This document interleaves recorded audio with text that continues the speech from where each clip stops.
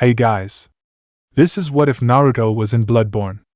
Hunters and ninja have a lot in common. They stalk their prey to kill them, utilize whatever tools and weapons they deem needed for the job, and are questionably human. Naruto learns that being both is very stressful to his psyche. Hit like and subscribe if you like this one, and also please check the author in the description. Let's start. We are pain, that's all. We are God.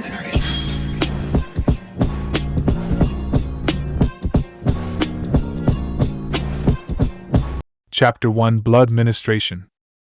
Naruto Uzumaki was many things, and he knew very few of those things. He knew he was human, despite what some whispered, a young child even in the eyes of the law, at least until he could pass his genin graduation exam.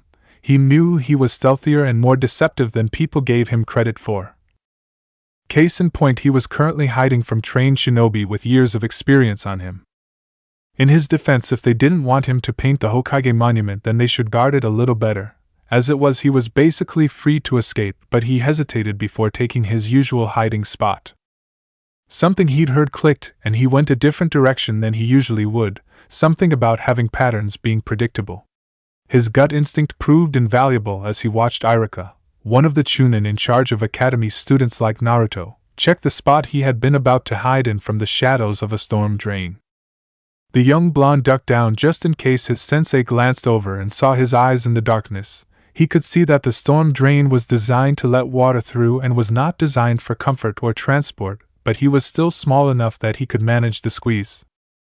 Naruto knew he wasn't considered intelligent, or even competent at being a ninja like he wanted, but he wanted to be a ninja.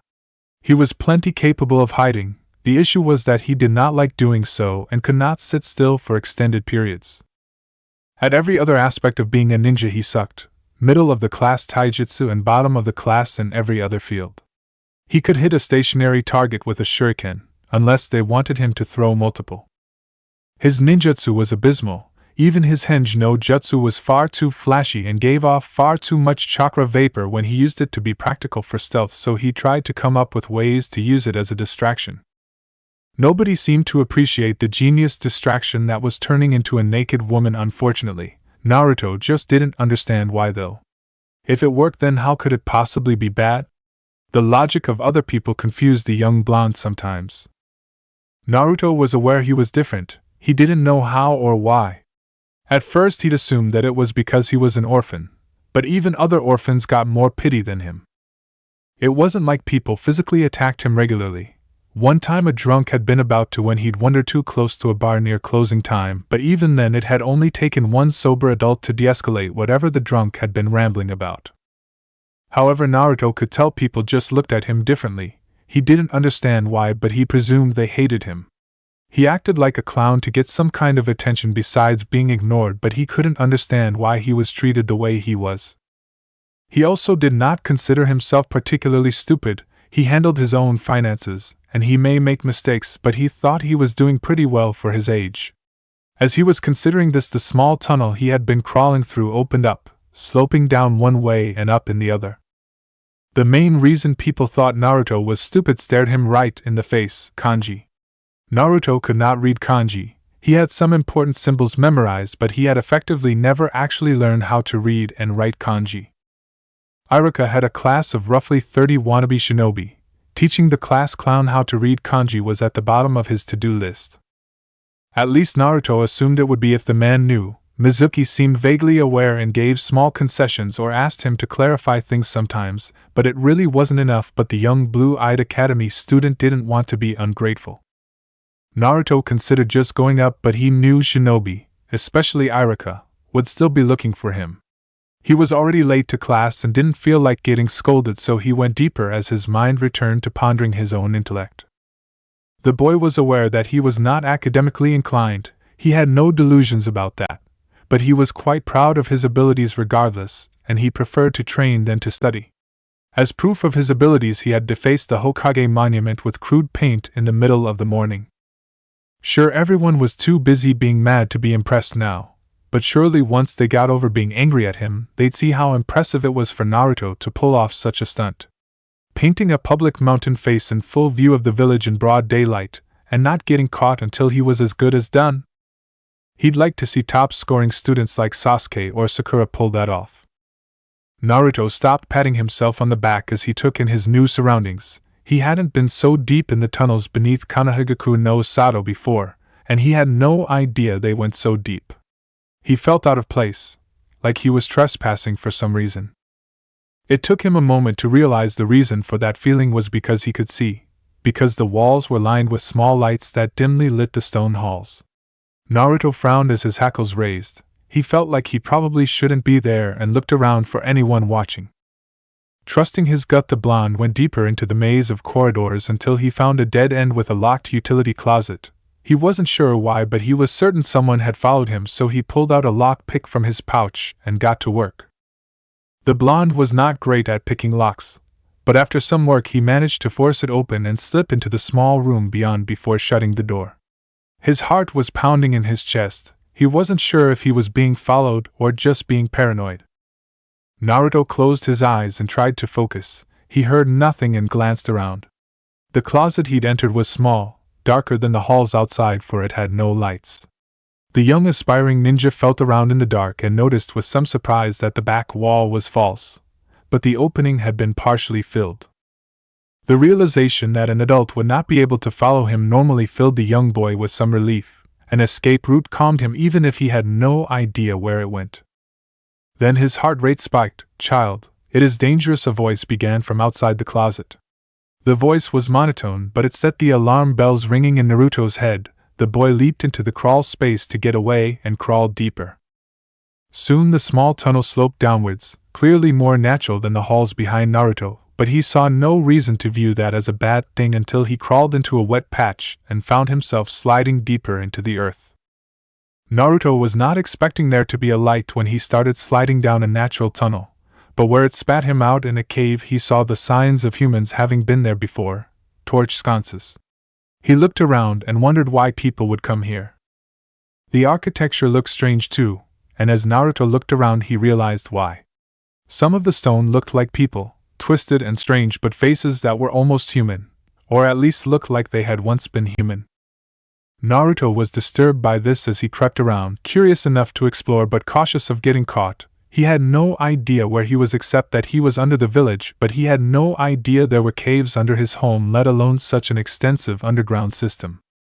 He had been below the sewers before, and that had been a mystery, so wherever he was now was a mystery even deeper than that. The thought made the boy excited despite his dangerous situation. Then he saw the way forward went even deeper. Just how deep down does this place go? Naruto wondered. He noticed there were actual stairs too, albeit ruined, so the place had definitely been seen by humans before. So why had Naruto never heard of it?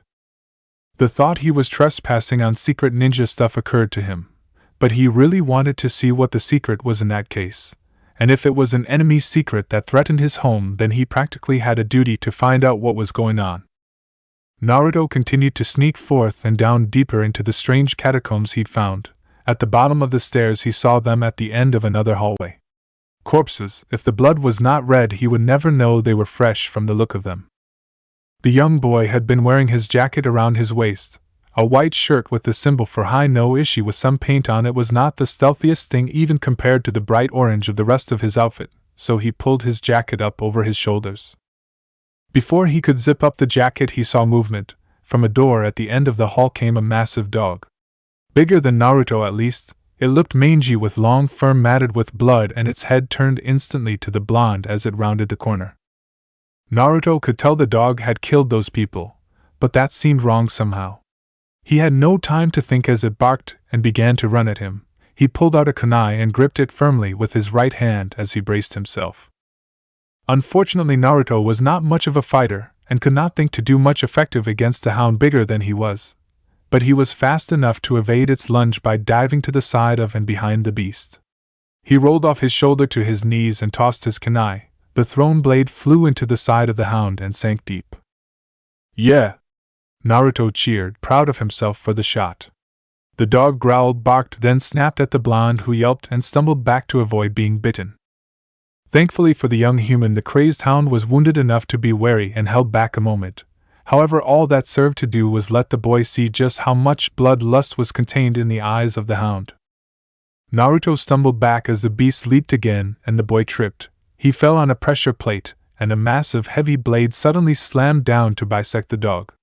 The blonde was surprised by the trap, the sudden death of the beast threatening his life, and the fact a spray of blood had covered his face, front of his shirt, and some of his jacket. Naruto became very aware that he definitely should not be down where he was. He heard other things now, movement deeper in the catacombs he'd stumbled into that he could only imagine the source of. Thankfully, he didn't hear much coming in his direction, but he was still panting and looking around frantically for a place to hide. Then a tall man with a wide-brimmed hat and a long coat rounded the corner, and Naruto wished he'd just let Iruka catch him. Oh? A child? A normal human child down here? The man asked. Naruto could barely see the face of the stranger, obscured by wide-brimmed hat, beard, and round-shaded spectacles. Why the man was wearing such things in such dim light was something the blonde decided he didn't care about as he nodded to the question, silently hoping the man would help him. The strange man hummed to himself as he looked around, moving corpses with what appeared to be a metal cane. Not your doing here, no, except maybe the dog, but clearly an accident. The man muttered almost as if to himself, no matter, we'd best get you somewhere that won't kill you for now, he said and motioned for the boy to follow him. Without any better options, Naruto followed the strange man. What is this place? He asked, more quiet than he usually was. The shadow of a massive spider at the end of a tunnel he glanced down while following the stranger had more than tempered his bravado. A dungeon. The man answered plainly, one of many. This one is relatively close to the surface. I think you've already come deeper than the others dared, though I only saw two from a distance. He rambled. Who? Naruto asked. The man shook his head. I know not. A white-haired man with intense eyes. A pale-skilled man with golden eyes and dark hair. Neither came deep enough to find anything of value and both were warned off by the threats here, he explained. Naruto frowned. He noticed the man was leading him deeper, past more corpses even. So, why are you down here? He asked. I've always been down here, I hunt. The man answered before he sighed and shook his head. Even after all these years I still know not what this place truly is. He muttered as he slid open a metal gate to lead the blonde into what looked like a medical tent had been placed in a small cave. It changes. It's alive. Blood flows up and down. Naruto was pretty sure he should not follow the clearly crazy man into the bloody surgical theater, but the sound of some growling beast snapping at something else out of sight not far away in the labyrinthine halls was enough for the blonde to choose the lesser evil. As the man inspected the blade of some strange-looking hand, Naruto wondered if he had chosen the lesser evil. Fear the old blood, but the older blood makes us strong, a conundrum. The man muttered, maybe some new blood, but he will need a taste of old blood if he is to be of use. The man rambled as he searched his shelves. Yes, that may work, he muttered. Naruto was distinctly uncomfortable with what words he could hear the man rambling. Even without the words, just looking around he could tell the strange man was obsessed with blood. Vials of the stuff in various states of congealment lined the shelves of the strange hospital room, most of it far too fresh to be normal. The blonde had no idea about anticoagulants or how blood was supposed to look in such amounts, so all he had to go on was a vague sense of unease. Boy, the man suddenly addressed him. What brought you down here? He asked. Naruto frowned. My name is Naruto Uzumaki, you know, he introduced. The man didn't even react to his boisterous verbal tick. I was hiding after I pulled a prank, he confessed. The man interrupted by chuckling, then laughing. You stumbled into these ancient damned ruins hiding after a prank? The man asked, incredulous. Just what is your goal, boy? Long term, if you can even think like that. Naruto scowled at the insult. I'm going to be Hokage, you know, he insisted angrily. What's a Hokage? Naruto stared at the stranger in shock, wondering how someone could live under Konoha and not know that even if they did live under most of the rocks in the village. Then he had to consider how to answer that as the man returned to searching through his vials. The Hokage is the strongest ninja in Konohagakure no Sato. The man hummed with interest. So you want to be strong? He asked rhetorically. I might have something for that. He mused as he held up a vial. A blood transfusion that can make you stronger and faster than normal, and you'll dream. He said the last part wistfully. Naruto was suspicious of the man. He was pretty sure the man was crazy, and that letting the man shove weird blood in him was only going to make him sick. However, he was also aware that his only way out was filled with dangerous traps, beasts, and who knew what else, and that the strange man clearly survived down here and seemed physically healthy at least. Still, the blonde held some caution. I kind of just want to go home at this point. He confessed. He was sure he hadn't been down too long, but by now he'd have missed a whole day of the academy by the time he got back. The man cocked his head to the side. The blood can help with that. It can do many things. Nothing I have can help me dream anymore. Naruto was certain the man was insane. But I have something more potent than any who came before you would have seen. Nothing that last one found could help with whatever research he intended to do. The man was rambling again. Naruto raised an eyebrow and crossed his arms. What exactly does this blood do? He asked. It makes one divine. Definitely insane, immortal, super insane, capable of seeking greater insight to understand the world in ways most can only dream of. Naruto didn't even want to do that, and it heals all wounds. Now the blonde was sure the man was probably some kind of insane scam artist. Only if that were the case, the man would probably have lured him into a fungus farm and insisted he try mushrooms. And Naruto couldn't help but be a little curious. How does it do all that? But he was still skeptical and cautious. It is old blood. It has power the world above has forgotten, that mortals cannot comprehend. The man insisted, hurrying Naruto to lay down upon an operating table, the original divine panacea, ambrosia, vitae. It is life in liquid form. I have no idea what any of those words even mean, Naruto argued as he resisted being put on the table for a moment. If he could get a straight answer out of the coot, he might be willing to try it. The blonde may insist he wasn't stupid, but his medical expertise boiled down to that the blood needed to be inside the body, and sharp things making the blood be outside could kill people. He knew there was more to it than that, but he didn't really care why or how his fingers moved as long as they did. The man did at least notice his hesitance, and seemed to be considering how to word things, so he probably wouldn't have to physically fight the man off. This blood is magic. Naruto wanted to laugh at the man, say he was crazy, maybe run away, but a small part of him that wanted to believe made him hesitate and give the vial of unassuming blood a skeptical look. The man showed the vial for Naruto's closer inspection. It has made me nigh immortal, although truthfully I confess it is a conditional immortality, and I fear I am failing those conditions after all these years. He explained, should you accept, the blonde was not aware he was allowed to refuse, then you will have to find your own insight. Why? Naruto asked, then he remembered he was asking the crazy man to explain his insane logic. Some things must be learned by oneself, the stranger answered cryptically as Naruto sat down on the table. Unfortunately, I will not be able to help you. Too far gone, too old, too long. The man suddenly looked ancient and tired, almost seeming to physically age before Naruto's eyes. Naruto was still cautious, but he was curious. What could you tell me? He asked. The man locked eyes with him, and the blonde was suddenly aware they had slit pupils behind the shades. Seek the pale blood. He said cryptically, tell the doll I said hello? He added more fondly as if the boy had already accepted. Naruto was curious, and he figured that it probably wouldn't kill him. The fear it might make him as insane as the old man occurred to him, but he needed to get home, so it was probably, maybe, worth the risk. He hoped it was worth the risk as he lay down on the table, and the man took this as consent to the procedure, setting up the vial with a mercifully clean-looking intravenous drip. Not to worry, Naruto, the man said, and the boy was not sure if he liked that the man remembered his name. I've learned much of blood ministration down here, he assured as he expertly set up the four to drip foreign blood into the blonde boy's veins. Oh, don't you worry. He tried to be soothing, but the young patient was not calmed or relaxed at all. Whatever happens, you may think it all a mere bad dream. He finished, but for some reason found that idea too funny to say without laughing. Naruto's vision was going blurry. He wondered if receiving blood was supposed to make you feel sleepy.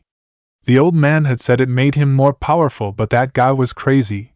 The blonde took a moment of lucidity to appreciate how stupid he was for letting himself get drugged.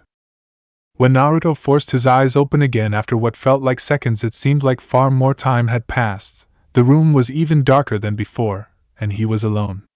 He was also paralyzed. He started preparing his verbal defense for anyone who called him stupid for getting caught like he was before. He wondered why anyone would try to capture him. Something moved in the peripherals of his vision. Naruto's eyes shifted unconsciously to the movement, and saw blood on the ground. The blood would be normal by now if a massive wolf twice Naruto's size, minimum, was not emerging from the puddle, as if it was far deeper than it looked. Naruto's breath hitched, but he couldn't move. The beast crawled towards him. It was hard to see, but he realized it had no skin, or it was inside out. The thing was horrifying to look at, and it extended a 5-fingered paw to his defenseless form. The presence of a thumb caught Naruto's attention before the hand of the beast caught fire. As it came within inches of the boy, the beast shrieked and pulled back, away and into the shadows. Naruto was still terrified since it was still there, but that it wasn't looming over him was a small comfort.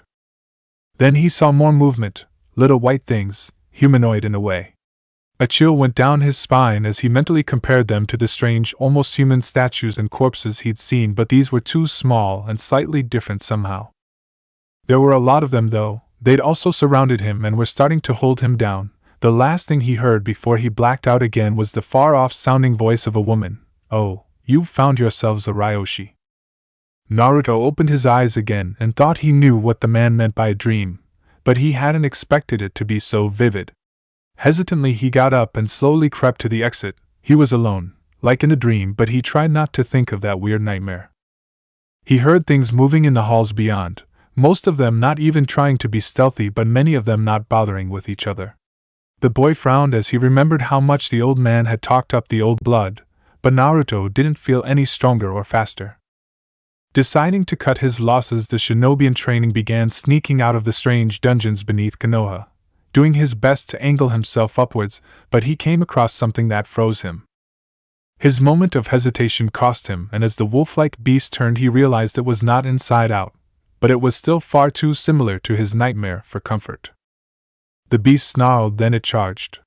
Naruto attempted to dodge, but a hand, something no beast should have, too opposable to be compared to a bear, a hand with claws caught Naruto on the shoulder. The claws dug in and the boy was pulled into the maw of the beast. Naruto gasped as he scrambled into a sitting position. On the verge of hyperventilating, he looked around to get a grasp on his situation. The fact he was not in the blood-stained operating theater was of little comfort, since he was not in his bed either. Instead, he was in a graveyard. After the nightmare he just had, the blonde was very uncomfortable with waking up in a strange graveyard. There were white flowers the boy could not identify, tombstones, some trees and shrubbery, a shack, some big chalice tucked in next to one of the stairs going up to the shack, and a doll left slumped in a chair. The doll was the size of an adult person, dressed in a plain gray kimono tied with a white sash. A headdress held long white hair out of a mostly unpainted face. The lack of makeup seemed off, and on the feet were white socks under wooden geta.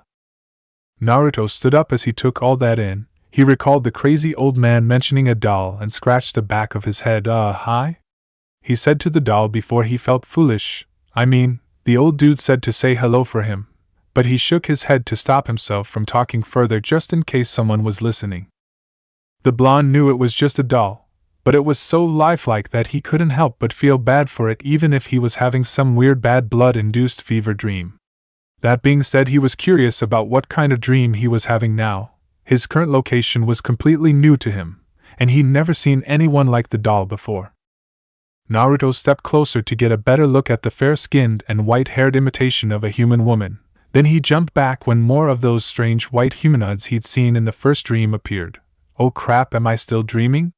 Or was the one in the middle a dream? Are these all dreams, or did I actually die to that wolf in between two dreams? The boy rambled in a panic as he clutched his head. The blonde noticed he was not covered in blood, a point for him currently being in a dream. He tried to calm down with that. Naruto tried to think. His best-case scenario was that everything he'd seen so far since he'd been drugged with strange blood was a dream. Once Naruto collected himself, he noticed the strange white little humanoids were trying to offer him something. His first impression was that of a saw, but he saw there was a bit more to it. The handle was almost as long as the blade and was dangerously close to an edge of the blade that had seemingly no reason to be sharp. Then there was the mechanism where the handle connected to the blade. Naruto did not understand enough about engineering to know what he was looking at. This seems really complicated for something my subconscious came up with. The boy mused as he crouched down to get a better look at the offered weapon without accepting it. What a weird dream. He muttered before he noticed movement, and turned to see the doll standing up. Naruto's jaw dropped as pale yellow glassy eyes turned to look at him. A dream it is. But not just yours, good Ryoshi. She spoke with a voice that was oddly familiar, as if he heard it in a dream once. The little ones are trying to offer you a weapon for when you go back. They'd like you to defend yourself, but you seem so small. She said with a frown. Naruto's jaw snapped closed into a snarl. I'm strong. He insisted. I'm going to be a ninja. He insisted even though he still couldn't perform the Bunshin no Jutsu. He was however suddenly very aware that the doll was tall, probably taller than Irika even. The doll cocked her head to the side. A ninja? Very well, but you are Ryoshi. She said, and the blonde frowned as he wondered why she thought he was a hunter and put off by her manner of speech and uncanny body language. You should be armed either way, should you not? She asked. Naruto turned his attention back to the offered weapon. It was a crude-looking weapon with bandages wrapped around the hilt. What's with this thing? He asked with a point to the odd mechanism. Squeezing that lever and flicking the weight of the blade will activate it. Naruto was pretty sure that did not tell him what activating it would actually do, but he wasted no time in testing it out. At his age and size, the young academy student needed both hands to accomplish the instructions. With the blade of the strange weapon extended, he understood why the back edge of the saw was sharpened like a cleaver. Extended out, the weapon was like a strange flat-topped short sword, with a saw blade for a back edge and an absurdly long handle.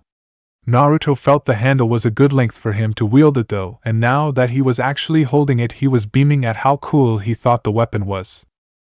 He tested the mechanism again, and the weapon snapped shut. It did not hurt, but the sudden snapping motion and the swift motion of a sharp blade towards his fingers had the blonde dropping the weapon with a yelp. Naruto flushed as he glanced at the doll. She was watching him passively. So, this is a dream, right? He asked to distract from his own embarrassment. The doll nodded. It is as much a dream as a place. That tombstone will return you to your body, she assured. Naruto paled as he recalled the nightmare. What if something happened to my body? He asked, worried he might actually be dead. Then you will grow a new body where you rested and are safe. Naruto blinked. How? He asked. The doll tilted her head to the side again. It depends on the status it is in, she began, and he shuddered at the way she talked about his corpse, and the status of your blood. She finished calmly. Naruto frowned at the return of the topic of blood. What's so important about blood? He asked as he picked up the strange weapon he dropped. You need blood to live, the doll began with the obvious that the blonde already knew. The will of this blood I can channel into your strength, she continued with information the boy did not understand. You hunt the beasts, and I embolden your sickly spirit. My spirit is not sickly, Naruto protested hotly with a stomp and a glare. The doll seemed taken aback before she smiled fondly. Oh, good Ryoshi, I mean no offense. The doll assured, I mean only to help. She promised with a bow. You are unlikely to have chi no ishi now, she said as she retrieved a small metal bell and offered it to him. Use this bell when you wish to return from the waking world without dying, and I will let chi no ishi become your strength, she promised. Naruto frowned and narrowed his eyes. Why? He asked. Why help me? He clarified. The doll frowned. You are Ryoshi and I am a doll, she said as if it was obvious. My place in this dream is to look after you, Honorable Ryoshi. Naruto fidgeted. The motherly affection from the uncanny doll and the odd way she praised him while speaking was making him less hesitant about accepting regardless of how creepy the situation was, so he reached out and took the small silver bell from the doll. The blonde felt some things were still wrong. I thought I died, but then I thought it was a nightmare, he began hesitantly, his voice breaking slightly. Now I find out this is the dream, that the Bakemono did get me, but that I can just wake up from this dream and be fine. Even thought I died? He asked, and the doll nodded. Am I crazy? He wondered. The doll frowned again. This is a dream for those touched by certain blood, she began, and the blonde thought he understood what she meant for a moment before he realized just how little he understood. So it is a dream for you too, yes?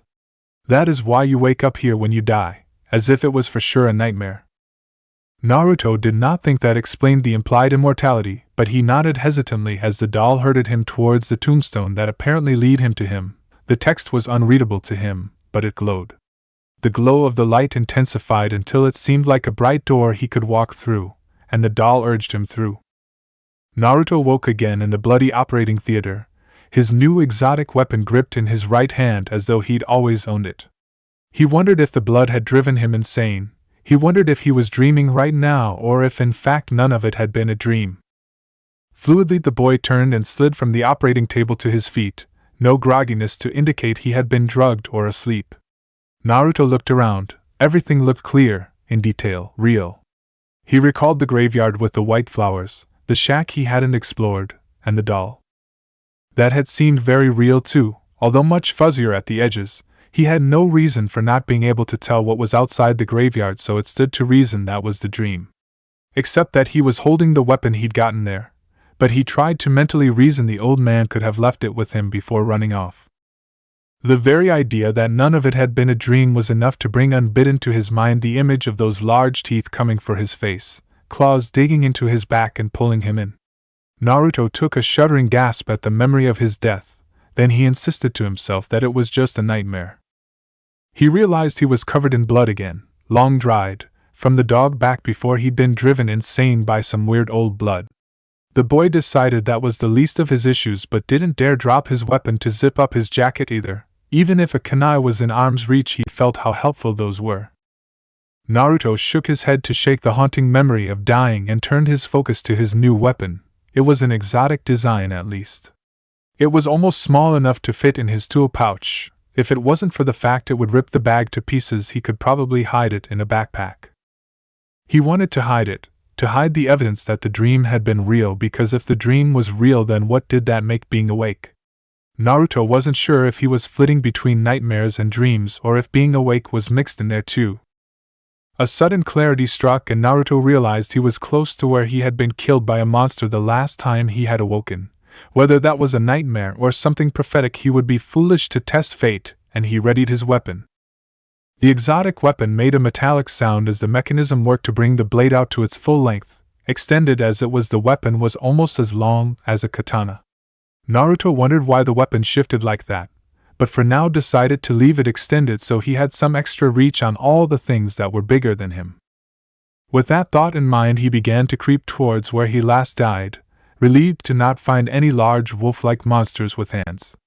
What he was less than relieved by was the blood on the ground where he had died, the way it had splashed and pooled, as well as where it was cemented that he was losing his mind. Naruto tried to stay in denial, but he fell to his knees next to the site of his own death, and stared into the blood. His blood, too much blood. He shuddered. The doll mentioned he would need more. He wondered if this was why. He heard something coming and scrambled to his feet as he turned to face it. Another dog, this one much more like the first. Strangely, the blonde could swear they looked more monstrous when he first encountered one, but now it seemed mundane in comparison. It noticed him and charged, giving a single bark before it leaped. Naruto lifted his weapon and brought the straight-edged side of the blade down to intercept the beast and knock it to the ground. The blade sunk into the shoulder and back of the hound as it keened. The sound was attracting more. The blonde was ready to turn and run when he noticed the smell. Had fresh blood always smelled so much better than blood left out? Or did animal blood smell sweeter than human blood? He recalled the blood of the last dog had not smelled so sweet. Naruto frowned as he saw something from the blood flow through the air. Like a haze in the air he could barely see was sinking into his clothes, his hair, his very skin. Then he saw the shadow of a spider and the boy turned to run, yanking his weapon free of the corpse he had made as he went. He didn't have time to mentally process anything that had happened. He wasn't sure he wanted to, as if accepting what had happened would make it real when he wished it was not. He raced past the coffin, and his heart skipped a beat when the door to the coffin slammed open behind him. Naruto saw the stairs. The corpses were gone, but his eyes spied the pressure plate, and he managed to hop over it as he ran as fast as his burning legs would carry him. He heard something chasing him and didn't stop or turn back.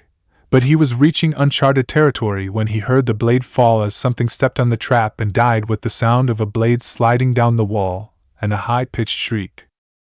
The blonde almost went back for more sweet blood, but he knew more monsters would be called to it too. Then the fact that he was drawn to the blood occurred to him, and the boy felt ill. He looked for a hiding spot or a way out, and eventually he found a ladder. The ladder was wooden, old, and it looked like it would fall apart. Naruto shifted his weapon back to its smaller form before he began to climb. He was in a rush, and he knew he could go faster climbing with two hands, but the weapon had become something of a lifeline for the young boy. At the top of the ladder he found a closed iron gate that he could see more stone halls beyond. Thankfully it wasn't locked, but he took a moment to realize it opened upwards for some reason. It did at least stay open, so he extended his weapon again and hesitantly ventured into the next hall. Naruto's eyes spotted more traps as he explored. He tried to avoid any further enemies, but one blocked his path to a set of stairs going up. The sight of it confirmed that indeed, those strange desiccated husks had been fresh corpses. Or at least as fresh as the corpse-like man holding a sword, not any kind of sword the blonde had ever seen, but he was getting used to seeing things he'd never seen before by this point. The blonde boy slowly lifted his own weapon with both hands on the long handle, straight edge pointed at the thing he charged. The creature turned to look with its too human face, but before it could attack, Naruto slammed the blade of his weapon into the left side of its chest and shoulder, cleaving down into the ribs with a cracking sound. Naruto panted as the thing that looked like it may have once been a human fell backwards to the ground. Its blood smelled sweet, so the boy assured himself it must not be human. His weapon was red and sticky with blood where he had struck two living things to make them stop living. He shook his head and continued, ignoring that strange haze that entered him as he walked past the corpse he'd made. At the top of those stairs was another gate. This one led to a small chamber of a room with a lever. Naruto looked around cautiously. He did not want to find out how immortal he was, even if the comforting weight of his weapon felt like an assurance that the dream had been real. He saw another pressure plate built into the stone and signs of scraped metal going down the wall next to it. So he looked up, and sure enough, hidden by the shadows, he saw a slight sheen of sharp metal in the stone ceiling. "I hate this place," Naruto muttered to himself. He did not want to make a habit of talking to himself, but he excused himself, as he did seem to be going insane. The thought that if a young pregenin could find the traps despite the shadows, then they must not be good occurred to him. But he'd almost missed it, and the traps definitely caught the monsters that lived down here. The boy continued past the pressure plate as he considered that the traps must have been built to kill the monsters, so he concluded that perhaps the dungeons were built to contain the monsters. They were scary, so he hoped they never escaped as he opened the gate. He reached up with his weapon to close the gate behind him just in case. He then flicked the blade closed to get a feel for the movement required with a flinch. Naruto held it one-handed again to carry it as he grabbed the lever with his left hand and pulled it into the other position. The thought that could have killed him didn't occur until the floor started moving. Then he realized it was taking him up, and he sighed in relief. Naruto shivered and reached his left hand up to his blood-stained shirt.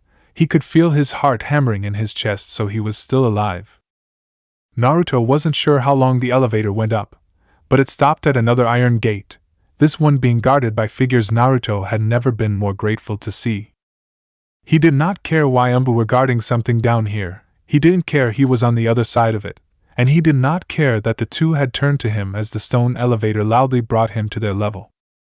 Naruto licked his lips as he could see stairs leading to a more normal, more modern, metal door at the end of another stone hall. "I'm ready to apologize for painting the Hokage monument now," he said, although he sounded more terrified than apologetic.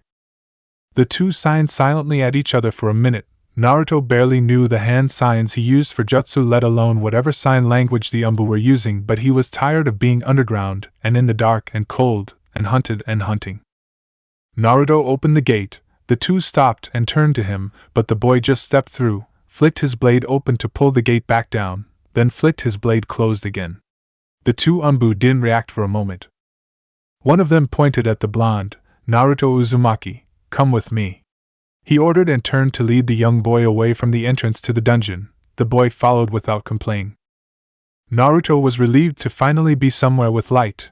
It wasn't sunlight, and it was still dim by most standards, but the blonde was beyond relieved that he could actually see the corners and edges of the room clearly, and to his surprise he spotted another two hidden umbu.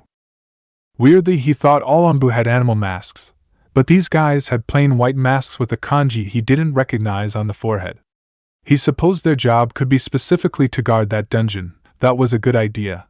He approved of that idea. An old man entered the room, but not the one he expected. "Who are you?" Naruto asked, his eyes narrowed as his hackles raised. The old man had short dark hair and was covered in bandages, covering one eye, and his left arm was wrapped in a cast and sling. The man raised an eyebrow at the rude preteen. No one had taken the boy's newfound weapon, he noticed. "I am Danzo Shimura, a retired shinobi. I used to work with Hokage-sama," he began carefully. "I've never heard of you," Naruto retorted rudely as the man sat at the desk. The boy realized it was probably the man's desk. The blonde felt justified being testy. He was still covered in dried and drying blood. Danzo sighed. "I'll cut to the point. The place you went down into is not meant for civilians. We keep shinobi from going down there," he began. "One man spotted you near a mostly sealed-up tunnel. The next time a shinobi sees you is the main entrance to that place with a weapon no one has ever seen, covered in blood with a haunted look in your eye." Naruto flinched. "I do not." He denied the last part. His grip on his weapon tightened. Danzo sighed and leaned back. "Perhaps another approach. You are not in trouble," he said calmly to the incredulous blonde. "That place is closed off because it is dangerous, because people die in there. The fact you came back alive is a miracle." Naruto did not feel like that nightmare had been a miracle, but he kept it to himself. "Some might say what you were forced to endure down there is punishment enough," Danzo mused, and the blonde silently agreed. "However, few know of this place, and many might think that weapon a reward," he continued, and the boy tightened his grip on the weapon. Naruto had no idea how to explain anything. "Let me go," he demanded quietly. Danzo frowned. He could tell the boy was traumatized, but he couldn't let him go with that weapon. "Try to understand," he began. "No." Naruto rejected the idea before it was fully voiced. "I need this, and I need to leave, and no one should ever go down there," he insisted. Danzo considered the young bloodied boy before him. The eyes were as hard as one of his own operatives, a blooded one no less. So he sighed louder than necessary. "Very well, but Hokage-sama will want to talk to you about that weapon eventually," he agreed with a warning. "Now I remind you, this place must remain secret so no fools go down intentionally. So let us get you a shower, clean clothes, and something to hide that weapon from the general public," he offered, suppressing a smirk at the way the boy opened up his posture slightly. Hiruzen Sarutobi was not having a good day. Naruto had painted the monument and then gone missing. Some were still angry, but when the sun set he had grown worried, as had Irika, so he had little patience for whatever Danzo wanted. The two old men stared at each other in the Hokage office for a moment before one of them spoke. "From the way you haven't asked yet, I presume you have not yet learned that I found Naruto Uzumaki," Danzo guessed. Hiruzen had not expected the man to come clean about that. "Where was he?" he asked quickly. Danzo expected this question and had considered how to answer it. "He found his way into one of the ruins under Konoha," he said cryptically, knowing the Hokage would assume the boy had gotten into an abandoned compound. "Thankfully he is unharmed, but he tripped some security measures and is a bit shaken by the event," he confessed. Hiruzen deflated, looking at once relieved and tired.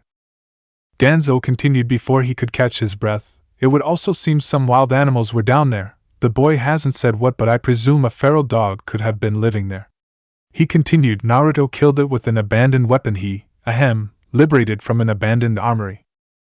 That caught the Hokage's attention. "You left a weapon behind in an armory?" he asked for clarification. That was not like Danzo. "Specifically, my employees left it behind," Danzo lied smoothly. "I never even noticed it missing since we were discontinued, and I had no use of it. I forgot it was even being built, an odd prototype, the brainchild of a weaponsmith who died a few years after you had me disband," he continued to lie. Hiruzen found it odd that Danzo covered so many angles. He knew the man was meticulous, but still, "Describe it," he requested. "Well, imagine a hand saw with a mechanism that can flip it into a sword." Hiruzen blinked. "Why?" he asked bluntly. Danzo did not shrug, no matter how much he wanted to. Well, like I said, an odd prototype. He answered vaguely. Regardless, the boy seems quite taken with the weapon and does not wish to return it. As I left it on public property that should have been better secured, I feel remiss in taking it from him, he explained while maintaining the lie. Hiruzen stared at the man. I'll talk to him, he said. It was not a promise but a demand. Naruto missed his jacket. The spare clothes he'd been given were plain black and boring. Thankfully, they let him keep his new weapon. He didn't like the idea of being disarmed right now. He knew a shinobi was technically supposed to be always considered armed, but he felt justified. Unfortunately, he was disarmed in a way when one of the odd plain Mastambu stored his weapon in a scroll with Fuinjutsu. If he wasn't so distraught over his weapon being in a scroll, he'd probably find it cool. Naruto clutched that scroll tight as he followed Danzo. He was surprised by how late it was, and by the fact he wasn't tired. The moon was up and the stars were out. The sun had set long ago, judging by the lack of people around as they walked to the Hokage Tower. A few ninja looked at him on the way up the tower to the office, but fewer than usual sneered. Naruto didn't meet anyone's eyes though. For some reason he felt like he shouldn't. He recalled those slit pupils he'd barely caught a glimpse of. Hiruzen frowned when the young blonde was brought into his office. As Danzo had mentioned, the weapon was stored in a scroll. He was curious about it, but he saw how the boy clutched it, like a lifeline. Naruto-kun, he began. First of all, I am glad you are safe, as will be Irika-san, he assured. Second of all, your punishment for defacing the monument is to clean it starting tomorrow after academy lessons, he finished sternly. Danzo was surprised the topic of the weapon was being left alone, but the blonde nodded. The Hokage's frown only deepened though. Naruto was worse than implied if he was simply silently accepting punishment. Suspecting something was being covered up, Hiruzen spoke up. Is there anything you would like to speak about regarding what happened? He asked. Naruto licked his lips and shook his head. He didn't want to say anything about the blood, or the monsters, or the dream, and especially nothing about how he died and the weapon came to him in a dream that was real. Hiruzen nodded and the boy was allowed to return home. Naruto couldn't sleep. He had another shower, a longer one with hotter water, and changed into his pajamas, but that didn't help either. He set aside the borrowed clothes so he could wash them separately in case he needed to return them. The scroll containing the strange weapon from his dream was still there. He was paranoid it had been switched out, and opened the scroll. The array looked the same, but he couldn't be sure until he felt the weight. After fumbling with his chakra for a bit, the blonde was holding the increasingly familiar weight of his weapon. He felt much better just holding the weapon. He still wasn't tired though. He attempted laying down with his eyes closed, but that just made him need to fidget from staying still too long. His apartment was too dark. Naruto got up and turned on all the lights, his weapon held in his right hand as he did. It occurred to the blonde that he had no idea how to put it back in the scroll. That might be a problem. Naruto set the weapon on his counter and started to make himself a cup of instant ramen. He looked to a digital clock, almost an hour past midnight, and he still wasn't tired. Hesitantly he checked his pants, the blood-stained orange ones he'd been wearing in that place, the stone dungeon beneath Konoha. He pulled out a small silver bell, further proof besides the weapon that the dream had been all too real. Naruto supposed he probably had some of that chi no Ishi the doll was talking about, but he was unsure of what to do. The sound of his kettle steaming reminded him of ramen, and he dropped the bell into the chest pocket of his pajama top. He poured the boiling water and set the lid. He wished he didn't have to wait for the ramen to cook. When he was done eating, he still wasn't tired. He reached up to feel the outline of the small silver bell in his pocket as he took his weapon to bed. The bell was supposed to take Naruto back to the dream, so that meant it would put him to sleep, right? He was hesitant to acknowledge the possibility. He wasn't sure if he wanted it to work. The blonde got up and paced a few times. He felt some comfort in his weapon. Danzo had said the Hokage had been told about it, so the old man had just let him keep it. He decided to have some more ramen. 5 cups of ramen later, it was nearing 5 in the morning. The sun hadn't risen and the entire time Naruto had not gotten tired. He had to go to the academy today, and then he would have to clean the monument of his graffiti. Naruto looked at the weapon in his hand. He probably should have left it in the scroll. He had no idea how to put it back, but he didn't want to let it go. He shook himself. There were no monsters above ground. The dungeon made sure of that. The Umbu guarded the dungeon. That was what Naruto told himself as he hid the weapon under his bed and had a shower. The blonde boy wanted to wear his orange outfit, a sense of normal after the nightmare. They were still blood-stained though. He had spare orange pants. He ignored the blood stain on his shuriken holster and tool pouch, chose a black shirt, and gathered up his bloody clothes to put in the laundry. He supposed he should put something on over the shirt, but that was his favorite jacket that was in the wash. With a sigh, Naruto grabbed his keys and left for the academy. Kanahigaku no Sato was a shinobi village, so Naruto's shuriken holster, tool pouch, and sandals having faint blood stains did not go unnoticed. Nor did the way he avoided civilians on his way to the academy. He was earlier than he'd ever been. The blonde boy sat on a swing with a sigh. His hair drifted down into his line of sight. He hadn't even noticed he'd forgotten his goggles. With some concern, he realized he couldn't remember where he'd put them. Naruto was pulled from his thoughts by movement. His head snapped to the direction, and the stride of the other student faltered. He knew the other boy vaguely. They ditched classes together in the past but didn't hang out much besides that. Shikamaru Nara, a brown-eyed boy with his hair tied up in a spiky ponytail, wearing a short-sleeved gray jacket with green-edged sleeves with the symbol of his clan on the back of it, a mesh armor shirt underneath that, dark brown pants, and a small pair of hoop earrings. Naruto decided he should get some armor too. He had some money saved. He was surprised to see Shikamaru. The other boy was almost always asleep by the time he arrived though, so he guessed the Nara needed to arrive bright and early to get started sleeping through class. Shikamaru was frowning as he approached. "What happened to you?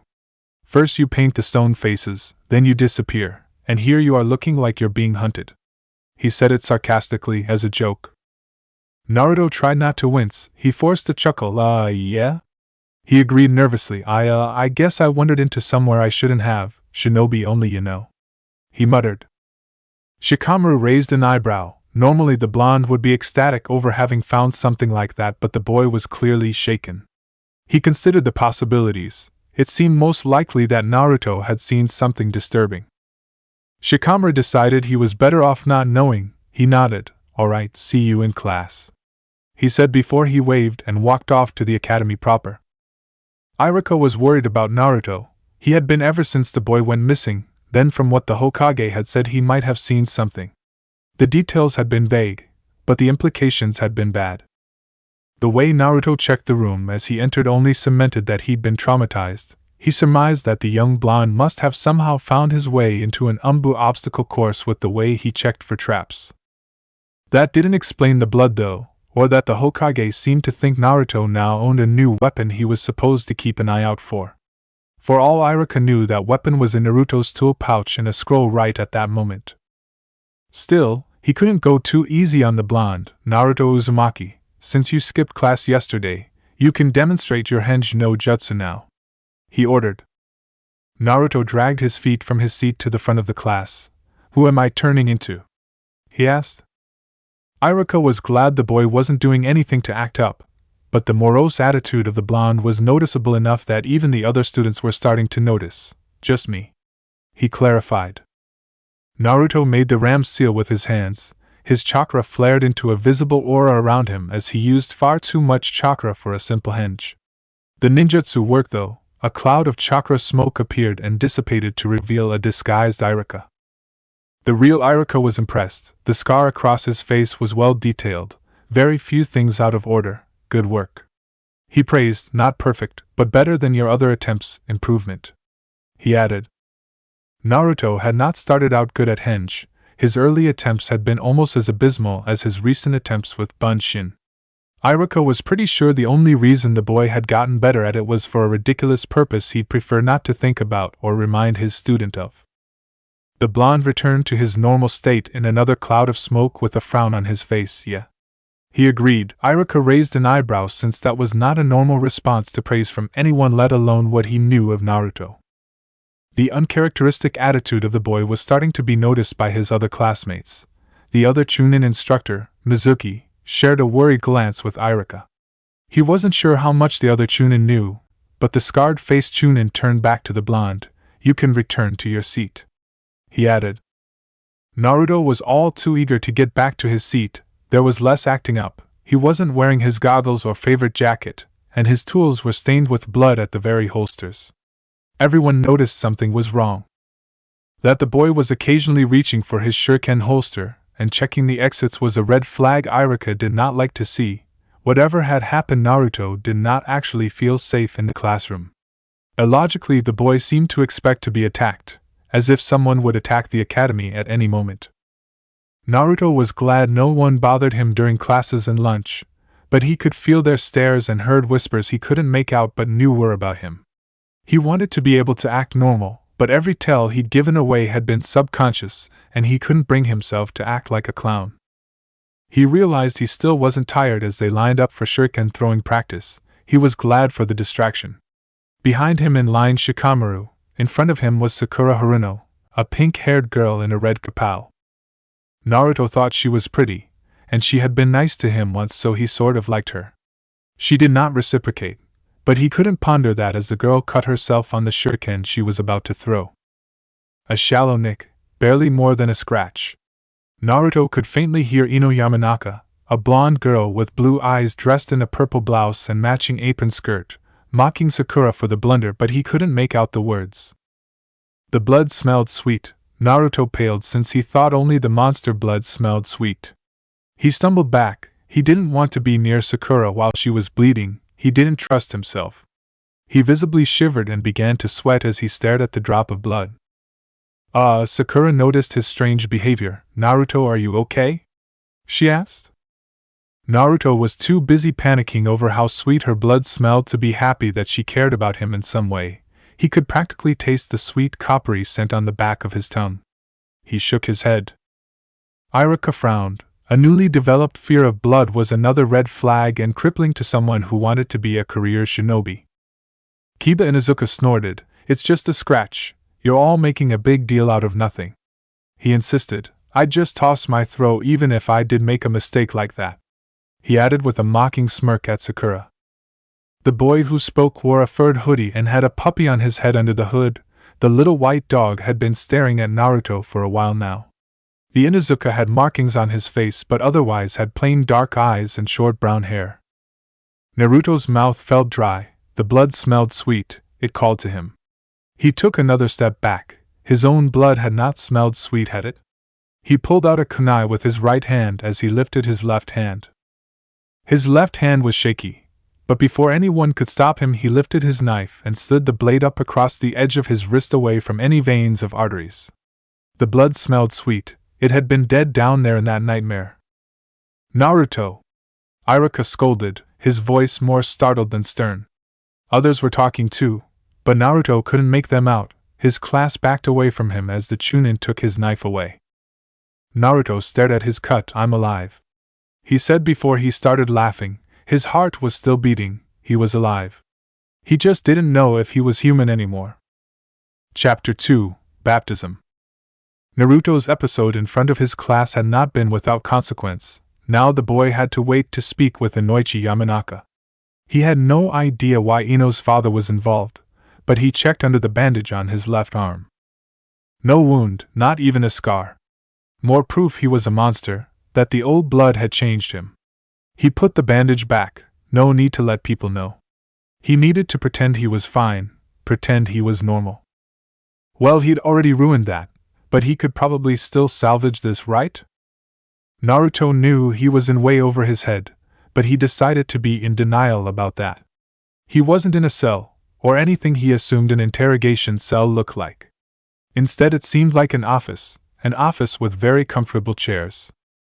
Soon enough, Inoichi Yamanaka entered, same blonde hair and blue eyes as his daughter, up in a ponytail too, although in a slightly different style. The man was also much bigger, being an adult man, and dressed professionally like a shinobi. "So," Inoichi began, "Naruto-kun, do you know why you're here?" he asked, and the blonde shook his head. "You're here because Iruka-san and Hokage-sama are worried, because you cut yourself in front of everyone," he explained. Naruto did not have an answer. They wanted to know why he had done it. How was he supposed to explain that the blood smelled so sweet and sang to him without getting locked up? He couldn't, he needed a lie. Inoichi noticed the boy hesitating and struggling to think of something to say. Iruka-san noticed you acted up for attention before today, such as with the monument, he continued. Does that have something to do with this? He asked. An out yes. Naruto agreed quickly with a convenient excuse. Inoichi narrowed his eyes at the younger blonde. The boy had agreed to that too quickly. He had expected to need to needle the truth out of the attention-starved kid, but as soon as the idea was presented, the young boy had latched on. Is that all it is? Inoichi asked. He noticed that Naruto did not meet his gaze, avoided it even. Yes. Naruto said again, insistent. Inoichi took in Naruto's appearance. His clothes were clean, but he was missing his usual jacket, and the shuriken holster was stained with dried blood still. He looked closely and saw there was even some blood in the boy's hair, bags under his blue eyes that refused to meet anyone else's, and something else Inoichi couldn't quite put his finger on. It was no secret among the shinobi that Naruto Uzumaki had gone missing for a time after he'd painted the monument. Most assumed the boy had found a hiding spot no adult ninja could get to. Few considered the time the boy had been gone significant, but the way the boy acted told the Yamanaka something had happened. The issue was he couldn't just use his ninjutsu to find out, so Inoichi sighed again. All right, I believe you have a monument to clean, he said in a dismissive tone. Naruto was suspiciously eager to get to his punishment. Iruka was worried about Naruto. The young boy had bags under his eyes but seemed overly alert, as if caffeinated. His clothes were clean, cleaner than usual for the prankster even, but there were still flecks of blood in his hair and a dried stain on his shuriken holster. Civilians might overlook it, but to any shinobi it was plain to see that the young academy student was stressed out and had seen death recently. Iruka didn't like that. Worse was how poorly the boy was taking it, and worst of all, the young blonde wouldn't open up about it. The Chunin hadn't spoken to Inoichi, but the man would have come to him, or the Hokage, if Naruto had indicated or expressed further desire to harm himself. The bandage was still there. It was clearly the first time, as while the blonde usually wore a jacket he had gone without today, and bare arms had borne no scars. Iruka sighed. Naruto-kun, do you still want to be a ninja? He asked. Graduation is coming up, and you're pulling stunts like this instead of training? He asked. Naruto frowned. After the day he'd forgotten graduation was coming up. It's your third time. Iruka reminded him. I understand if you're stressed, if you want to give up. I do not want to give up. Naruto snapped. I'll be Hokage, you know. He insisted angrily as he glared at a bit of his own handiwork while scrubbing the paint. Iruka noticed that being stressed was not denied, but he was relieved the boy was at least claiming not to give up if nothing else. That didn't explain what had happened though. What was actually wrong? How about when we're done here, I treat you to Ichiraku ramen? He offered. Naruto was surprised by the offer, so startled he actually met his sensei's eyes before looking down and nodding. Yeah, he agreed with a smile, thanks sensei. He added more loudly, acting more boisterous than he felt. Naruto had acted fine before, he just hadn't had to deal with the worry that he was a bloodthirsty monster slowly losing his sanity all those times before. Iruka was relieved to see Naruto's appetite was still the same, when it came to ramen at least. If the boy had no appetite on top of everything else, the Chunin probably would have demanded Inoichi get inside the boy's head, regardless of the danger. As it was, he was left with a different problem that should be easier to solve, but he had no idea how to ask. The boy clearly didn't want to talk about it, and from what little he'd gotten from the Hokage, he shouldn't bring it up in front of civilians. The thought it drifted into military secret territory occurred to Iruka, that Naruto had seen something he wasn't supposed to, something traumatizing. It was the best explanation the Chunin could think of. If it was on that level, then Inoichi probably knew more than him, and could be trusted to take care of things. The fact that Naruto was alive and seemed to be getting better after talking with Inoichi was proof of that. You know, Iruka began quietly, it is your third time taking the graduation exam. He said it would suck if you didn't have all the academy basics down for that. He added, he couldn't tell the boy what jutsu would be on the test this time, but he knew the boy needed more help than he could give, so he hoped the hint would help. Promisingly, Naruto looked thoughtful. Not so promisingly, he looked thoughtful for longer than normal. Iruka noticed he still had the bandage. That was odd since the blonde usually hated bandages and insisted on removing them to reveal a closed wound hours before it should be. It was unlike the boy to leave a bandage on his arm for so long. Iruka could guess it was healed under there. He wondered if he should bring it up, but Naruto's education and future career as a shinobi were probably a bit more important than a bandage the boy had likely just forgotten was there. Eventually Naruto seemed to finally remember something. My bunshin still sucks, he confessed. Iruka sighed. Alright, what problems are you still having? Try to describe the issues, he ordered. Naruto made an attempt at explaining and the Chunin tried to listen, but the boy rambled a bit, stalled in some places, and didn't seem to understand his own chakra. Iruka thought he got the gist of it though. You're using too much chakra, you need to focus more and better your chakra control. He explained, you've got one night. He added, he hated to see the blonde stress, but clearly whatever he had seen that Iruka wasn't privy to was far more stressful than a graduation test. In hindsight, Naruto should have asked how to train his chakra control because he had no idea. So once he was home, he decided to brute force it and practice making bunshin until it worked. A few hours and it was past midnight, and he had made little to no progress. Naruto groaned at the latest attempt. It was standing upright, unlike any previous failure at least. He belatedly realized he still wasn't tired. You'd think a big mono could manage bunshin no jutsu, he grumbled. He decided to take a ramen break. He wasn't tired so much as he was getting hungry, so he practiced making bunshin more while he waited for the ramen to cook. Naruto took a break to actually eat the instant ramen, but went back to training after that. Iruka had said something about using too much chakra, but he had no idea how to use any less than what he was using. He kept trying to no effect and grew frustrated. No matter what the blonde did, he could not make a bunshin that would fool anyone. By sunrise he could make a static copy that stood in one spot and actually had color. Any attempt to get it to do more than stand there awkwardly resulting in immediate destabilization of the bunshin.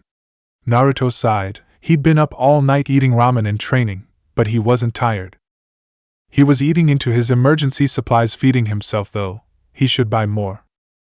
Naruto's jacket was still stained with blood. He realized he'd need help washing that, his pants, and his good white shirt. He had enough pairs of pants and undershirts to get by, but he liked his orange jacket. He knew he needed to seem at least a little more okay though, so he checked his clothes for the third time that morning. A long-sleeved shirt would hide the fact he hadn't even scarred. The idea he had never had a scar before didn't occur to the sleep-deprived boy. The shirt was orange, albeit a darker shade than he'd like, and had a simple black shuriken emblazoned on the front. Looking at his clothes again, Naruto had to acknowledge he did not have that much, but he pulled on his goggles to help add some sense of normalcy. Only then did he notice just how deep the bags under his eyes had gotten. They were dark too. For a moment the boy considered makeup but shook his head at the idea almost immediately. He had none and wouldn't be able to get any before graduation. So Naruto just left home looking like that. He hoped no one noticed. Everyone could tell something was wrong with Naruto Uzumaki. Even the students who didn't interact with the boy could tell.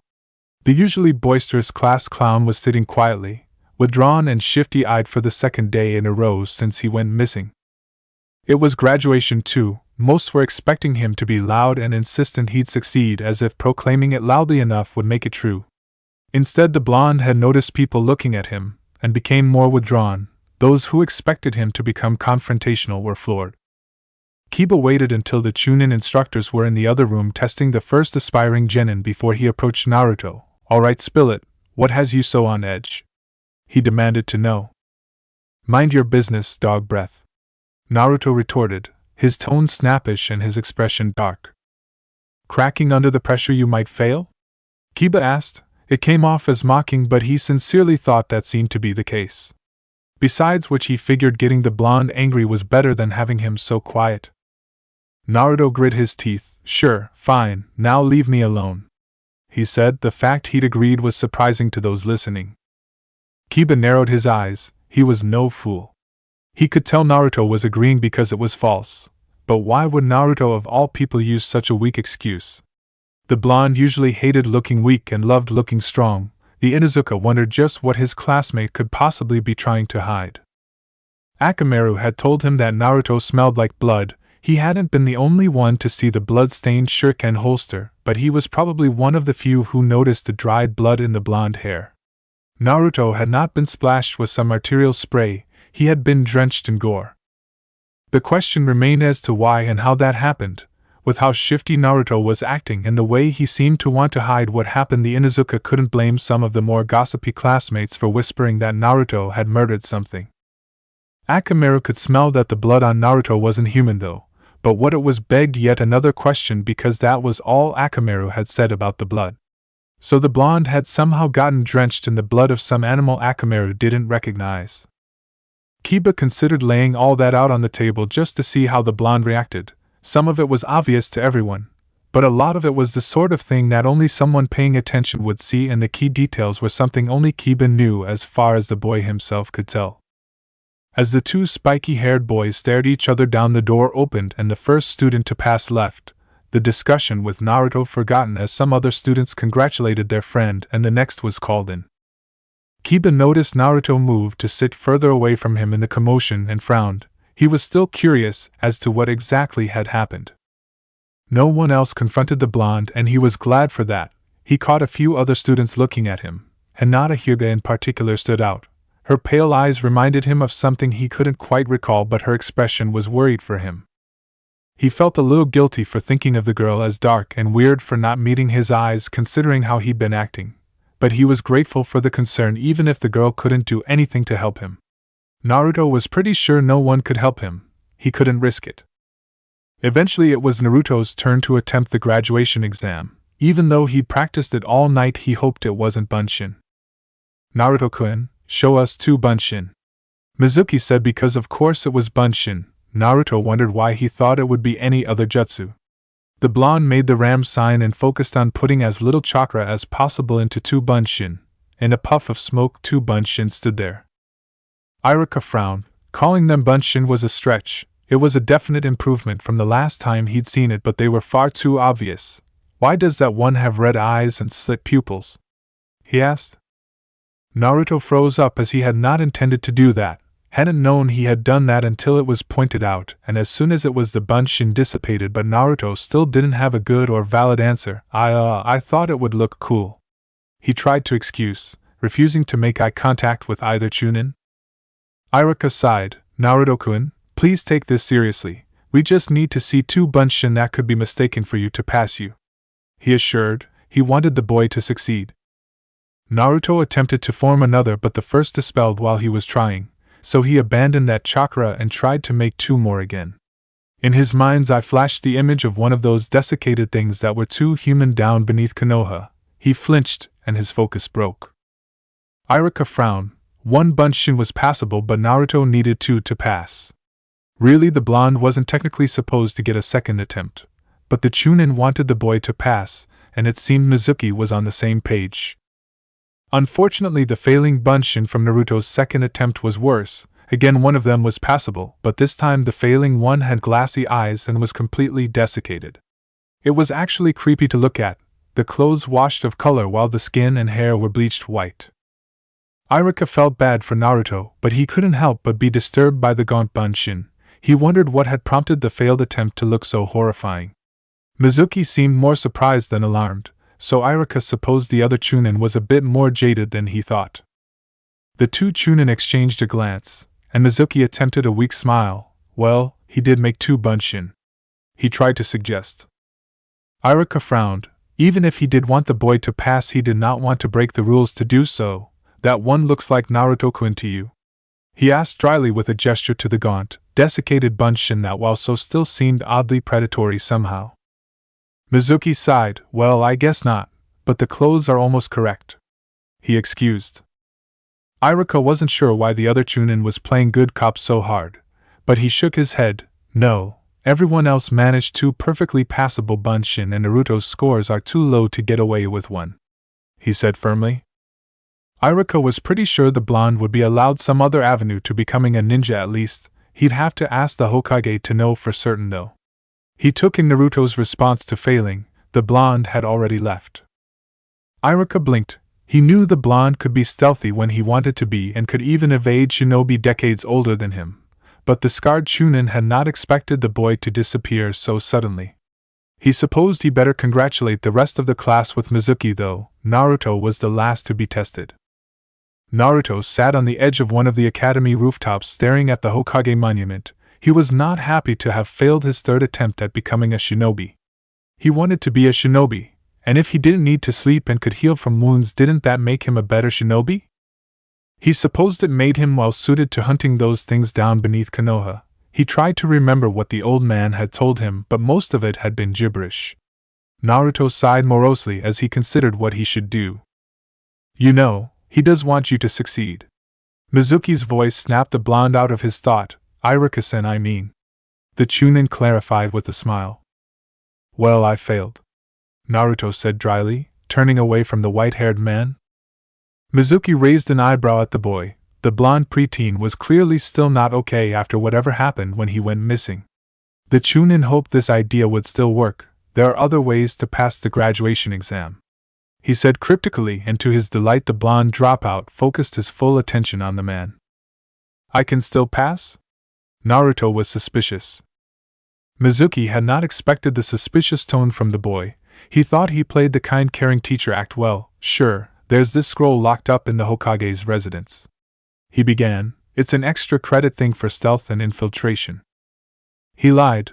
All you need to do is steal the scroll, learn a jutsu from it, and show it to myself or Iruka-san, he explained. Naruto frowned. Extra credit did sound good. Plus it wasn't like he needed to sleep and he had a hiding spot no one could get to. He shook his head at the idea of training down there. Alright, what's it look like? He asked. Mizuki expected the blonde to be more eager, but he smiled regardless, giving a quick description and a vague hint as to where it would be in the home of the village leader. Naruto wasn't sure why, but he didn't fully trust Mizuki, but he wanted to. He desperately wanted to pass, to be a shinobi. Unfortunately, he was a monster. Monstrous blood had been put in him and changed him, so a lot more was at stake than a career. Still, Naruto really did want to be Hokage, so he considered his options carefully once he returned home and retrieved the strange saw-like weapon. He examined it in the light. The sun hadn't set yet. Now that he looked, the blade curved towards the more straight-edged side of the blade, likely to make the saw-bladed side easier to use. Combined with the handle being curved in a similar way as to avoid the wielder cutting their fingers and the fact the weapon had a mechanism for flicking the blade out like a barber's straight razor, Naruto was holding a rather exotic weapon. The boy shook his head. He needed to focus on the mission, or his extra credit if that's what it was. He needed to steal a scroll, the Fuin no show specifically. He had no idea what that was. Thankfully Mizuki explained it contained a bunch of ninjutsu. Maybe the seal part of the name referred to hand seals? Naruto considered the other option as he flicked the blade of his weapon out to extend it to full length. Mizuki could be trying to frame him. He wasn't sure why he thought that, since he and Iruka were the only Chunin instructors who were nice to him, but he never heard of such a make-up test for extra credit. It supposed it made sense he wouldn't have, who failed 3 times? Naruto sighed as he flicked the blade to fold closed. He still flinched when he did. Naruto could ask, but if it was legit then he'd fail by asking, and if it wasn't legit then what? Mizuki gets investigated and probably nothing happens. He decided that he liked the idea of learning a new jutsu and extra credit a lot more than the idea that one of the few people who treated him like a person was up to something nefarious. Even though Naruto thought he was doing it for extra credit, he still took his weapon and waited until after sunset to make his move. It was a make-up test, so he was supposed to take it seriously. Maybe taking the strange dream weapon from the dream he had from the old blood that made him a monster was slight overkill for a genin graduation test though. Then again, maybe being a monster and a ninja was overkill. Naruto supposed he would find out. The scroll was decently guarded. That made the idea that it was extra credit for stealth specialists believable. Silently the young blonde crept towards the scroll. He had trained to move fast and silent more than any other aspect of being a shinobi. Mostly because it helped his pranks, but still if it worked then it worked. With the scroll under his right arm he opened a window with his left hand, weapon still held in his right. Naruto-kun? What are you doing at this hour? Naruto was not expecting the Hokage to be part of the extra credit, or maybe the old man just stumbled on him and couldn't pretend not to see him, so he needed to come up with an excuse. He ignored the growing possibility that he was being played. The blonde dropped the scroll in the weapon. He turned to the old man and made the ram sign, Oiroku no Jutsu. He declared. His chakra produced a cloud of smoke that obscured his new form briefly. A buxom blonde teen, who clearly had Naruto's whisker marks, blue eyes, and blonde hair. The hair was in twin tails and the aged-up gender-bent blonde was completely naked. Clouds that covered the female form slowly dissipated as the blonde posed seductively. The Hokage didn't stand a chance. A nosebleed knocked the man out cold and the blonde returned to being a prepubescent boy in a much less dramatic cloud of smoke. I'm counting that as defeating the Hokage. My original ninjutsu defeated the Hokage, he said with a proud smile and a nod. Then he picked up the scroll and his weapon to leave out the window. Naruto stared at the first jutsu listed in the scroll. His left eye twitched. He believed it was a make-up test just for him at this point because the very first ninjutsu was Taiju Kaiga Bunshin no Jutsu. He didn't bother trying to read any of the kanji, he couldn't, focused instead on the hand seal. Singular, just the one. Naruto raised an eyebrow. It seemed to have its own hand seal he'd never heard of or seen. He couldn't even do regular Bunshin and he was supposed to learn a super advanced form of it. Maybe the fact it cost more chakra would make it easier for him? Iruka had said his problem with Bunshin was too much chakra. Naruto decided to read a little further out of curiosity, scanning the scroll for katakana, hiragana, or the few kanji he recognized. One phrase stuck out to him and sent chills down his spine: live human sacrifice. Why would a jutsu in a makeup test require a live human sacrifice? The blonde studied that entry, paying close attention to the jutsu as he tried to decipher the kanji, but he didn't recognize the symbols for the name. He scowled, annoyed mostly with himself since he wanted to be a ninja but he was as literate as a 6-year-old. He couldn't even figure out what the jutsu did, but it did raise a lot of questions. Was this a test? Of course he was taking a graduation test, a makeup that was supposed to test his stealth, infiltration, ability to steal, and ability to learn a jutsu without instruction. Those all seemed like good ninja skills to him, so he hadn't wanted to question it. A live human sacrifice was something to question. If it was part of the test, he didn't know the answer, and he probably hadn't studied. A dry, sarcastic, tired part of him silently joked that he himself probably didn't qualify as a valid sacrifice. Perhaps it was a test of character. Maybe the parts he couldn't read promised something amazing and anyone who tried it failed on the spot. He may be barely literate, poorly educated, and socially inept, but he wasn't stupid.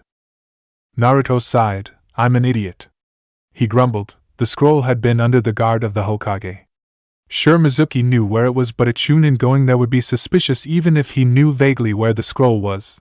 But Naruto was practically the Hokage's ward. Naruto being at the Hokage's house wasn't strange no matter the hour. The old man's tone when he'd found him hadn't even been all that suspicious, it was more concerned. The blonde may have defeated the Hokage, but his Oiroku no Jutsu was awesome, and also the Hokage was an old dude who hadn't expected it. It was like a sucker punch to the heart that caused erections, nosebleeds, and in extreme cases passing out. So of course Naruto had succeeded where any shinobi would ultimately fail, he knew that. Mizuki was tricking him. The problem was Naruto still didn't know what the trick was. He did know the few and no show he had was the key though. Maybe it wasn't a test of character in the literal pass or fail sense, but maybe the jutsu that required a sacrifice was exactly what Mizuki wanted. For all Naruto knew, the scroll could be full of super secret Hokage-only ninjutsu. He looked back to the hand seal for the Taiju Kaiga Bunshin no Jutsu. All he had to do was cross the first 2 fingers of each hand from the drawn hands. It looked like the left hand was pointing up. The aspiring shinobi shook his head. He needed to focus on the problem at hand. He reached his right hand down to grasp the long handle of his weapon. The bandaged wood in his grip was comforting. Mizuki was obviously a problem. Naruto was willing to risk being wrong. He glanced at the Bunshin seal again. The crossed fingers didn't look too hard, but he could barely read the instructions. It turned out he didn't have time to practice. Iruka had found him. Naruto blinked owlishly at the man who glowered at him with hands on hips. Naruto, he said sternly, care to explain yourself?" he requested with a raised eyebrow. Iruka could see the weapon Naruto was holding, not lifting, just holding. It was more disturbing than he expected. It looked like a tool more than a weapon of war. Then again, what were Kama and Kunai if not exactly that? Tools retooled for war. Naruto looked down at the scroll in his hands and his stomach dropped. "Okay, so I just realized before you got here that I was tricked," he said carefully. "Mizuki-sensei, well, he told me about this scroll, and he said if I learned a jutsu from it then I'd pass a secret graduation test or something, you know." Iruka's eyes widened in alarm as the blonde boy spoke. "I'm impressed you realized it, brat." Mizuki's voice cut in before the scarred Chunin could find his voice. "And I'm impressed you found him first. He certainly did take his sweet time stealing it from me though." The white-haired man mused with a smirk as he lifted a large shuriken. Naruto quickly furled the scroll. "Wait, what the hell is this about? I read something about a human sacrifice," he demanded to know. The two Chunin were surprised, but Mizuki smirked. "Interesting. Maybe I'll take one of you alive then," he mused as Naruto's eyes widened. "I had no idea such a kenjutsu was in there," he confessed. Forbidden techniques. The scroll was full of forbidden techniques.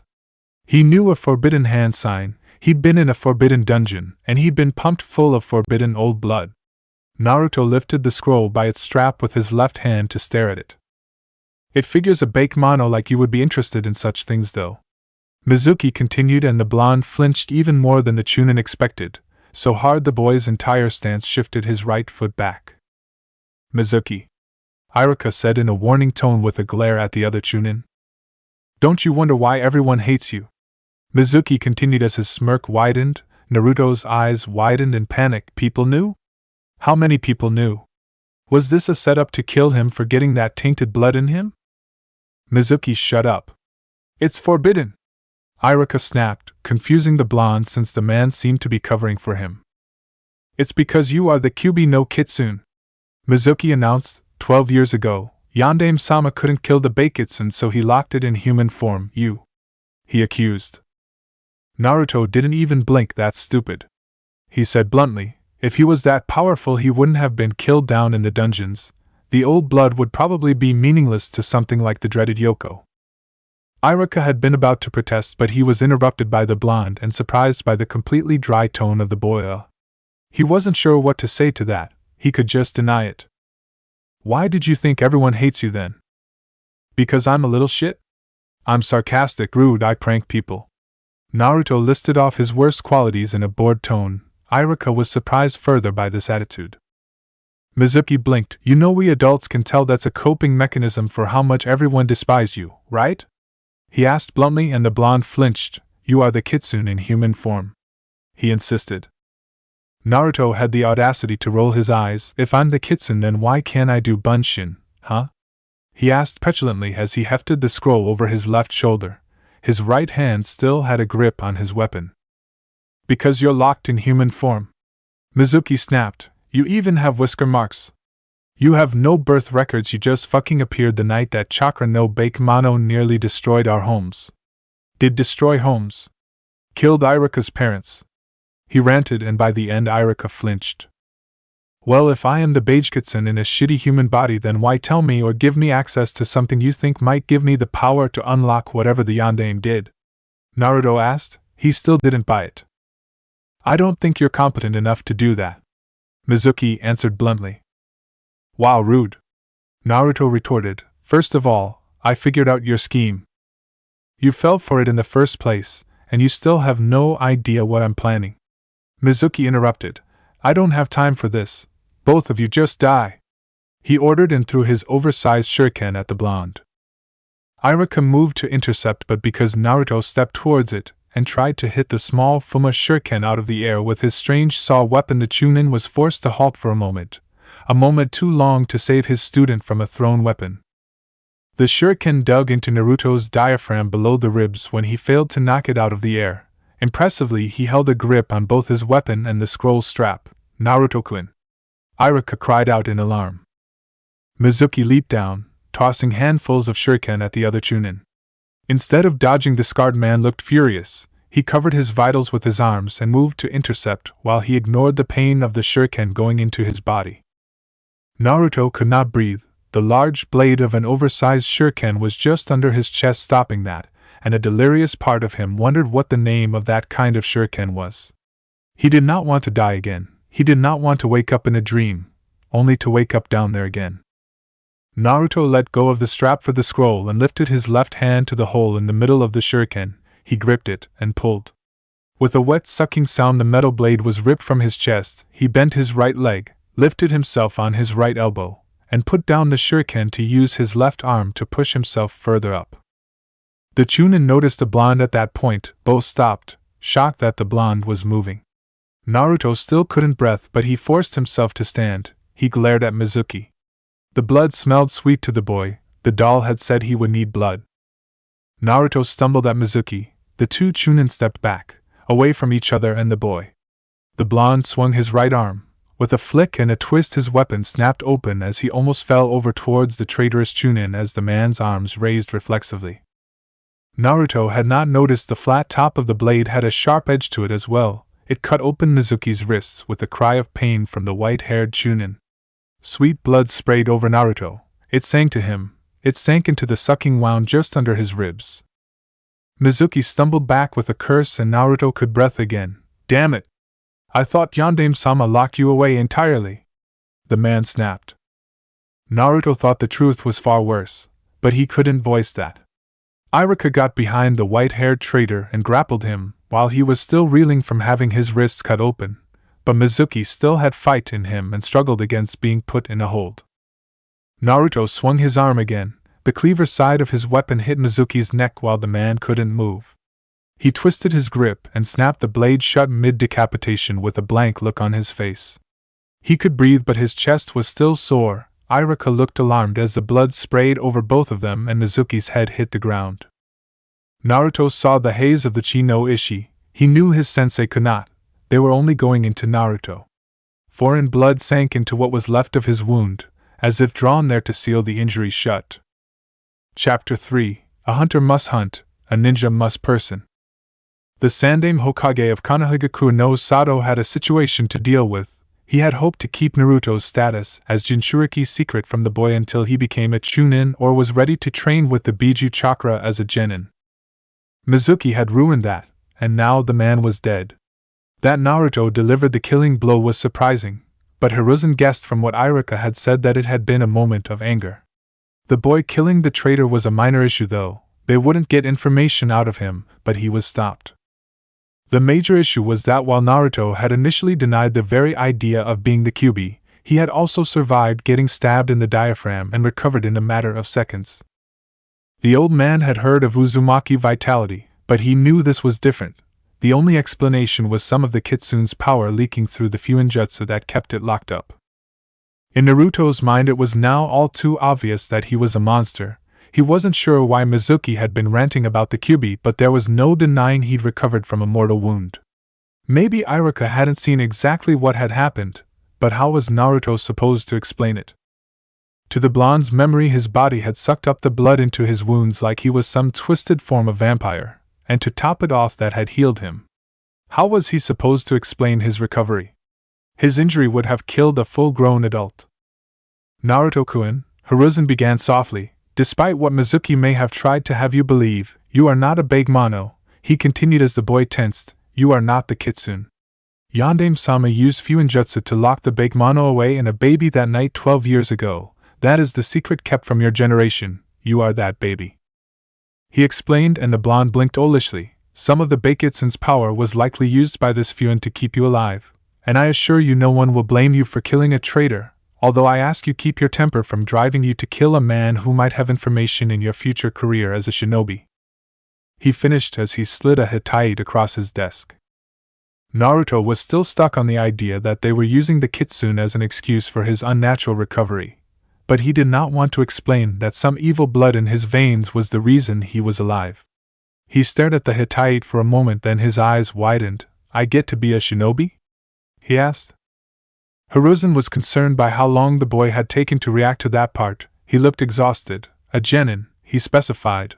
While Mizuki may have lied to you about extra credit, you still accomplished a feat of espionage worthy of a true ninja and helped to defeat a Chunin. Naruto didn't protest the downplay of his role in Mizuki's death. He still had his weapon. He should have known he would be fine when he wasn't disarmed.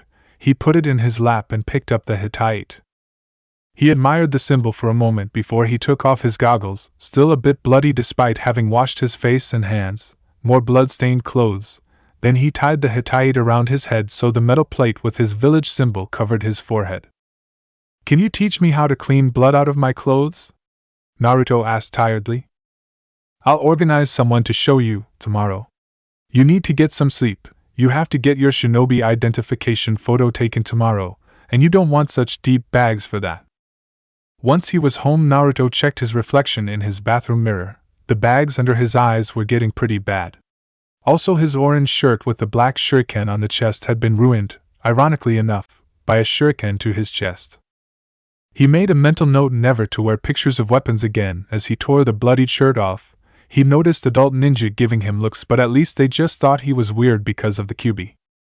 They didn't know he actually was a Baimano. Even if some of them thought like Mizuki, they'd still be wrong enough that those who thought he was human wouldn't listen to them. He hoped. Naruto's injury was gone, not even a scar. He poked the area he'd been injured experimentally but found only a slight tenderness there. It was sore to the touch, but that was it. He dropped his hands and stared at himself in the mirror. What even am I? Whatever he was, Naruto needed a shower. After that, he got dressed in pajamas and took his weapon to bed. He held it in his right hand as though carrying it to a fight, and the silver bell the doll had given him in his left hand. Naruto had more of that ethereal chi no ishi now. He knew the doll had said something about that. He didn't want to go back, but it seemed to be the only way his inhuman body would sleep anymore, that or dying, but he did not fancy dying. The boy lifted the little silver bell and rang it once. The edges of his vision blurred and his eyes felt heavy. He closed them to blink, but a heaviness to them kept them closed a second longer than he intended. When he managed to drag them open again, he was in the strange graveyard in the dream again. "Ah, good Ryoshi, you return?" The doll sounded happy to see him. "You were so long I worried something had happened," she confessed. Naruto decided not to say he hadn't wanted to return. "I got home, and I got some blood on the way," he said, also leaving out that he had obtained some at home. "You wish for me to help you then, good Ryoshi?"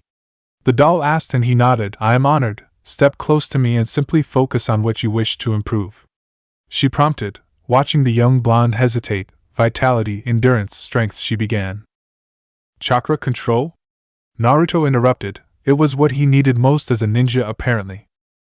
The doll cocked her head to the side. "Perhaps that would fall under arcane?" she asked. The blonde didn't know what that was or what improving it would do. "I am afraid I do not know much of this chakra, but I can also infuse the will into your fine motor skill or blood tinge," she said. Naruto frowned at another word he did not understand, and at the fact the doll did not know much about chakra. "Can you tell me what arcane and blood tinge are?" he asked. He was pretty sure the others were self-explanatory. Arcane is your intelligence, wisdom, your ability to use them to interact with objects and the world around you, and your ability to find things. The doll began with the one he had said first verbally. Blood tinge is the potency and purity of your blood, the quality, although blood can only do so much. Certain weapons you may find in those old ruins will be more potent if your blood is more potent, and some will be difficult to use, she explained. Naruto nodded along to the explanation. "Arcane," he said. He was already a monster. He didn't need to give people more physical indication of that until he could hide it better, and improving whatever his arcane was would apparently help with that. The fact that the doll thought it might help with his chakra control checked out from his own limited knowledge too, so arcane was what he tried to focus on as he stepped closer to the doll. She touched his face, and his eyes fluttered closed as the scent of copper assaulted him. The blonde stepped back and the doll smiled at him. "Would you care to rest in the shack or meditate among the flowers before you return to the waking world?" she offered. Ryoshi used to say they found it relaxing to do so in between hunts. She explained, "There are workshops for your weapons and tools in the shack." Naruto almost protested the idea of a workshop in a dream affecting his real weapons, but he recalled how he had first awoken with his weapon. He looked at it again. I guess I should give this no Kojiraboko a look over, not that I know what I'm doing," he grumbled. "There are books and scrolls." Naruto flinched. What are they written in?" he asked. "Hiragana." The doll answered. Naruto's face lit up with joy as something was easy for once. The blond boy bounded up the stone steps. They were cold underfoot, and the shack was dusty. If he ignored the blurry fog at the edges of the strange place, it seemed almost real. Inside the shack was indeed a workshop and a lot of books, as well as a chair.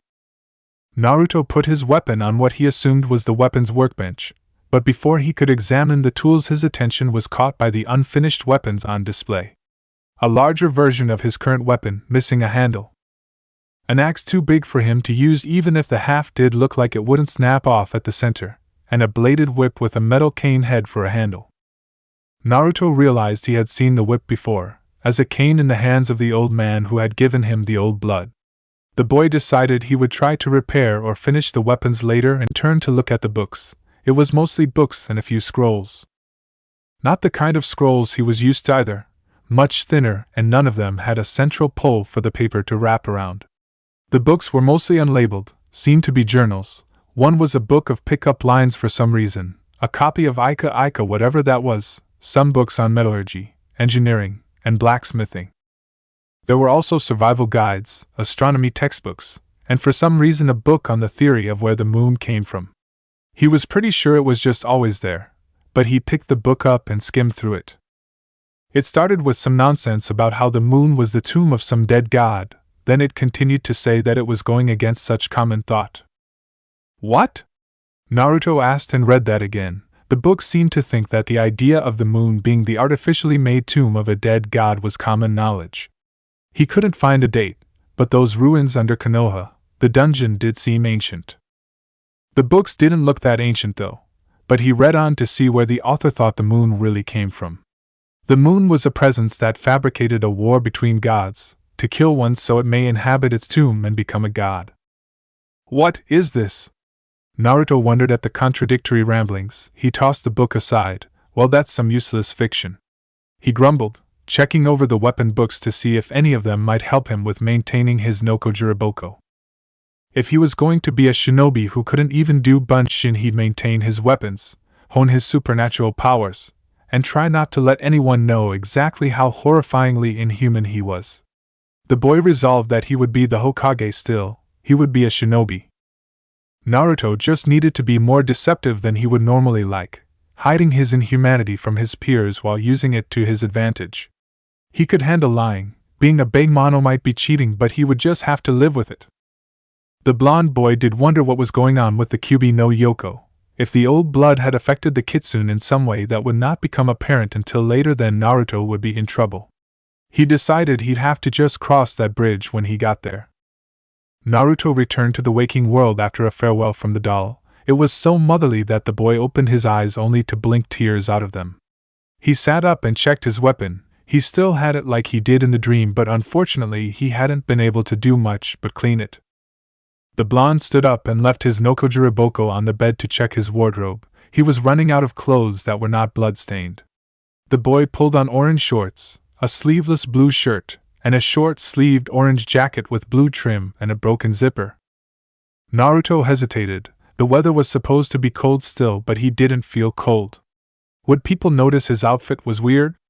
He checked again and found blue arm and leg warmers. They would have to do. He could excuse it that he needed to wash all his other clothes. The newly promoted genin decided he should probably buy more clothes in case he got covered in blood again. It seemed to be happening a lot lately. He was distracted from his thoughts by a knock at his apartment door. The man outside was a shinobi, wearing a dark blue jumpsuit. A bandana of a similar shade had his hatayite and covered his hair, and circular shades covered his eyes.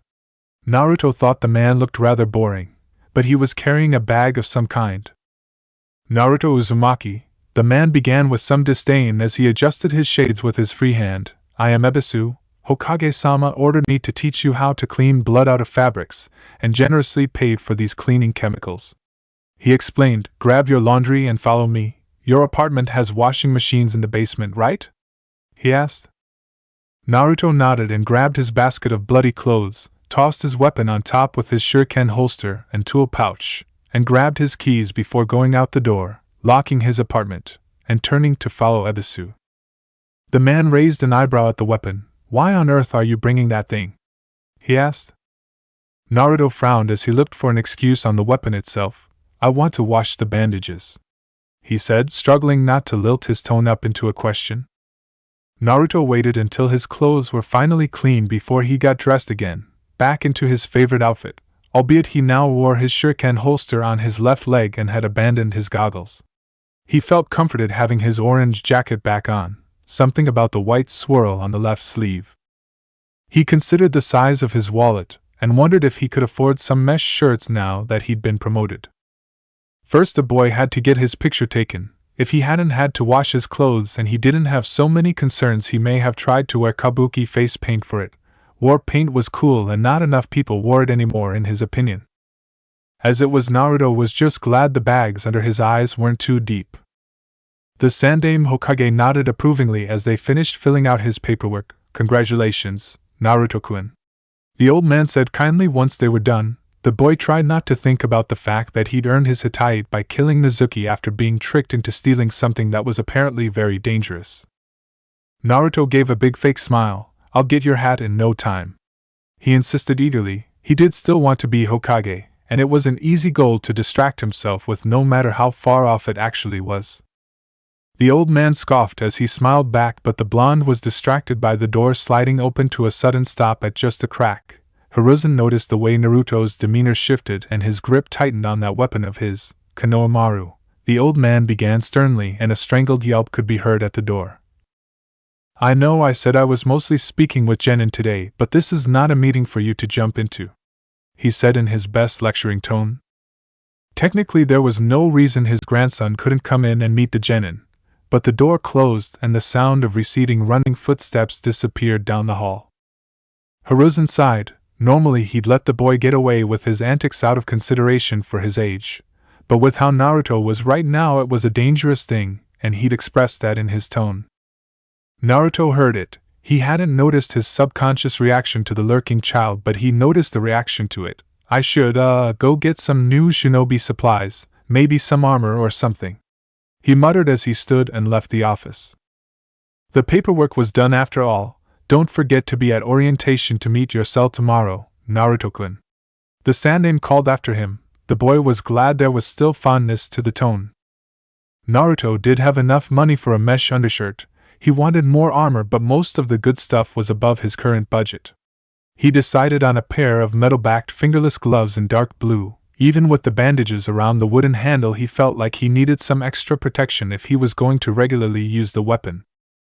The boy received more than a few looks for carrying the weapon around. The weapon itself also seemed to be receiving looks from another customer. A girl not much older than Naruto in a pink blouse with her hair in buns. Her Hittite and shuriken holster indicated she was a shinobi too. "Hey, aren't you Naruto Uzumaki?" the girl asked. Naruto's eyes scanned her face quickly before he avoided her eyes. Yeah, do I know you?" he asked, a little more defensive than he intended. The girl raised an eyebrow. "You tried to graduate early in my year at the academy," she reminded him. He still didn't remember a name though. "I'm Tenten," she finally said. "Can I see your weapon?" "Where did you get it?" "Where can I get one?" she asked eagerly. Naruto blinked owlishly at the older girl. His stance shifted to keep his weapon out of her reach. "My Nokojiriboko is one of a kind," he lied. He'd seen another blade unfinished. "For now," Tenten interrupted. The boy decided not to tell her how right she was and instead just nodded in agreement. "So where did you get it?" she repeated. Naruto tried to recall the lie Danzo had concocted for him that the Hokage bought, but the details were hazy. Was he supposed to make up a different lie that the two old men would just go along with? Unable to remember, the boy blurted the first thing that came to mind. "I made it." Tenten stared at him incredulously. "You made it?" she asked. Naruto nodded. "I want to be a weaponsmith." He lied. It was something he would be able to learn anyway. "How does that mechanism work?" Naruto looked at the mechanism. Well, the lever releases the pressure on these wires, which kind of releases this hinge under here," He should not have said that as a question, but he was pretty sure that was how it worked, and he demonstrated. Tenten raised an eyebrow. I am amazed you got that to work if you can barely explain it. You must be some kind of engineering savant from what I remember of your grades. She muttered with a shake of her head. Why don't you just make a job out of making and selling weapons? She asked. Naruto frowned at the insult. I want to be Hokage, he said bluntly as he flicked his weapon to snap shut again and held it at his side. He noticed he was getting better at doing that one-handed. Tenten eyed the saw-toothed side of the blade. Why such a brutal design anyway? It's cool and all, but isn't the literal Nokajiri a bit of an odd choice for a combat weapon? She asked a lot of questions the boy did not know the original designer's answers to, and he couldn't say it was a weapon for hunting monsters he'd gotten in a dream. I mean, the kunoichi continued, hands on her hips, wouldn't you get covered in blood? She asked. Naruto supposed that actually probably was exactly the point, a sharp cleaving edge for dismemberment, and spraying blood, and a rending saw edge for tearing open arteries up close. I thought it was cool. He lied. It is kind of cool. Tenten agreed with a nod, her focus back on the weapon. How are you going to holster that thing anyway? Fuinjutsu? Holster? Naruto asked, completely clueless. Tenten looked him in the eyes and raised an eyebrow. You must be some kind of savant, she muttered. The boy wasn't sure if he was being complimented or insulted. You can't just carry it all the time. I guess an axe holster would work, she explained, showing him where those were. Naruto didn't see an axe on the girl, so he wasn't sure why she knew where those were. Thanks, he said instead of asking as he picked up the shaped leather and strapped it to his right hip to try it on before he slopped the handle of his weapon in the stiffened leather holster.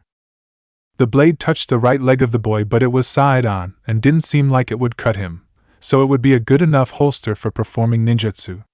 The clerk was less amused by this. You better be able to pay for that, the man snapped from behind the counter. Naruto flinched but pulled out his wallet, ignoring the way Tenten raised an eyebrow at his engorged frog wallet as he took his purchases over to the counter and paid for them. New clothes may have to wait a bit, it seemed. The boy put his less engorged wallet back in his tool pouch, pulled on his new gloves, picked up his weapon first, then his new mesh shirt and holster in his left hand to take them home.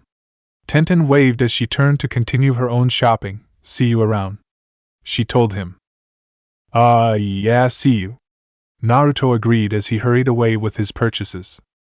Tenten shook her head. She wondered why the blonde was so skittish and nervous around her. The first idea that came to mind was so obvious she felt stupid for not thinking of it before puberty. The kunoichi was confident the younger genin must have just thought she was cute while helping him, and that was why he was so nervous. The bun-haired girl had a smug, self-satisfied smirk the rest of her shopping trip, from what she assumed was a true revelation. Even if she had no interest in Naruto, the fact he thought she was cute enough to be nervous around was still a very slight ego boost. Naruto was on his way home but stopped to stare at a cloth that was patterned to look like bricks. You suck at that, he told whoever was hiding behind it bluntly. No, I don't. Naruto stared at the cloth some more. You didn't even line the bricks up correctly, he pointed out, and a smaller, younger boy wearing a helmet that allowed some of his brown hair to poke through and a long blue scarf lowered the wall-patterned cloth. You're the kid from earlier, right? Naruto asked. Konohamaru? Konohamaru nodded. You're that guy who became a genin by killing a chunin, he acknowledged quietly, suddenly nervous as if verbalizing it made it more true. Naruto flinched and wondered just how many people knew about that. Mizuki turned traitor, he defended himself. Konohamaru was staring at his weapon, then seemed to size the older boy up. Teach me, he demanded. Naruto frowned. No way, he denied. Even if he didn't need to sleep, he had no time for that. Please, Oyabun.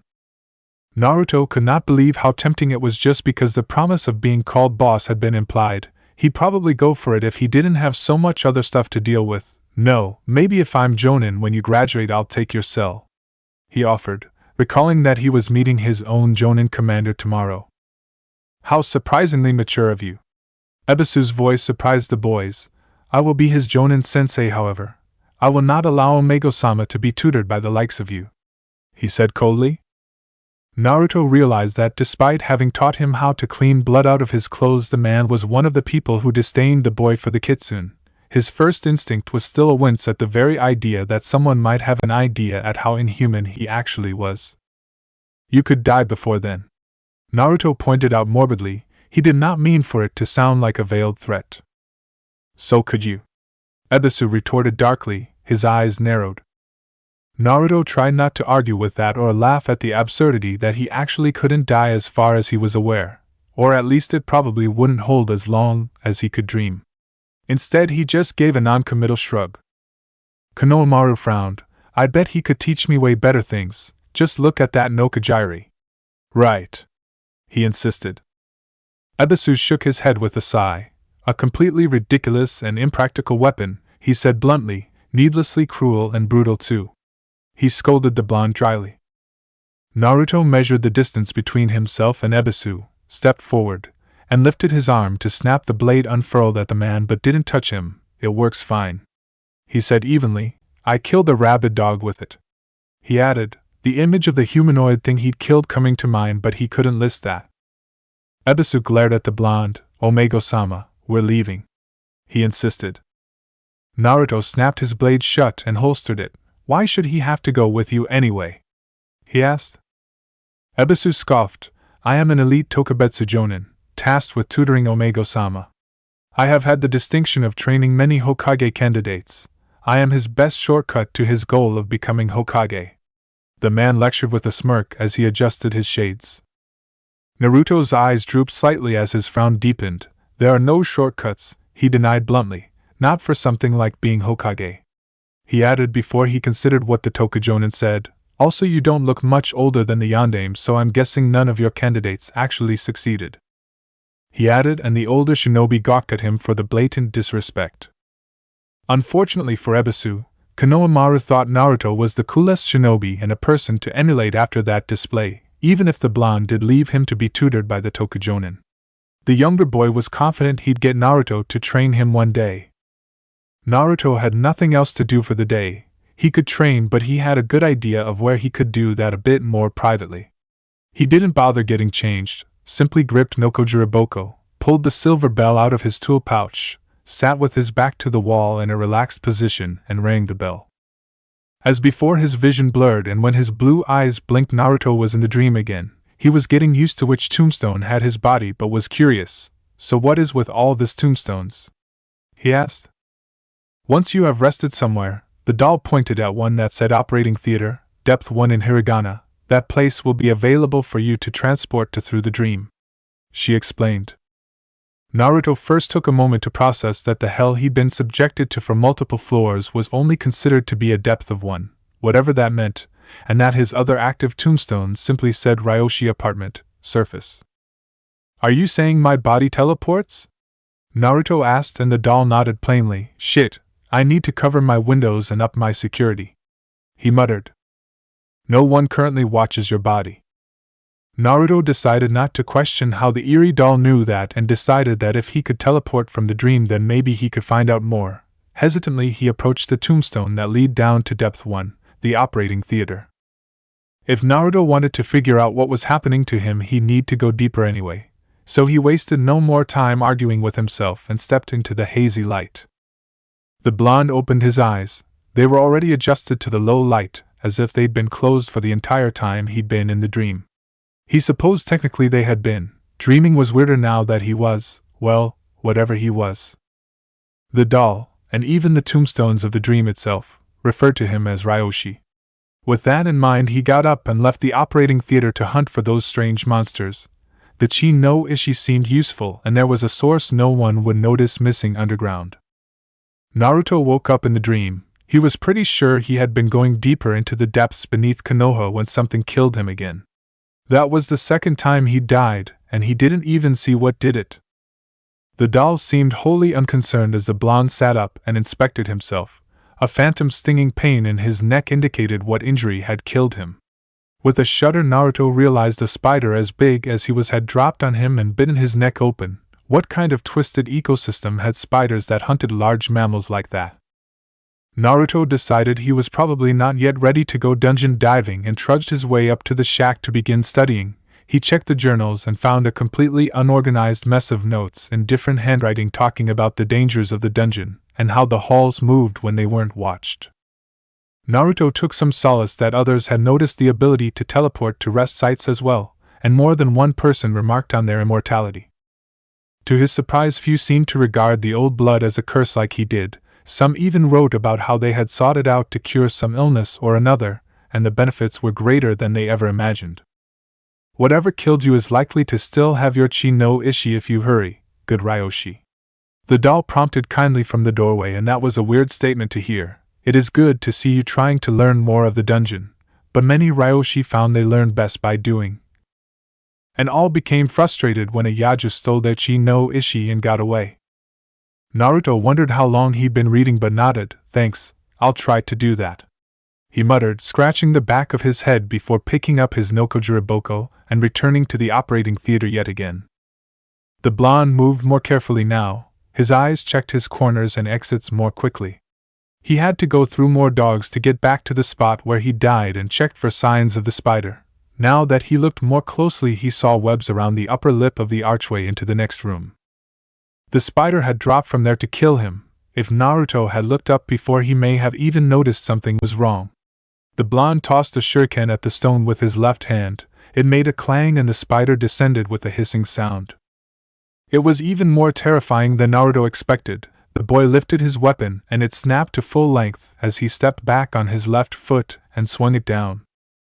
The cleaving edge of the weapon intercepted the spider's lunge. Naruto was pretty sure normal spiders did not have red blood, but he was also pretty sure normal spiders did not grow to be as big as the dogs in the Inuzuka kennels. Naruto sighed in relief that the scariest thing he'd had to fight so far died, and the blood seemed to sing as the chi no ishi returned to him, more than ever thanks to the compounded wills of the other dogs he'd killed being within the spider. Next was the room ahead. The ceiling was hard to make out. Naruto frowned. For all he knew, there were more spiders. Then he got an idea and snapped his weapon shut to holster it before making the ram sign. His attempt at making a bunshin was still pretty bad. He tried to force it to move, but it just twitched before dispelling. Naruto's eye twitched before his eyes widened when he recalled that hand seal he'd read in the Fuin no Sho. Technically speaking, it was Kinjutsu. But what did he care at this point? He had no idea how many rules he was breaking just by being down in the depths.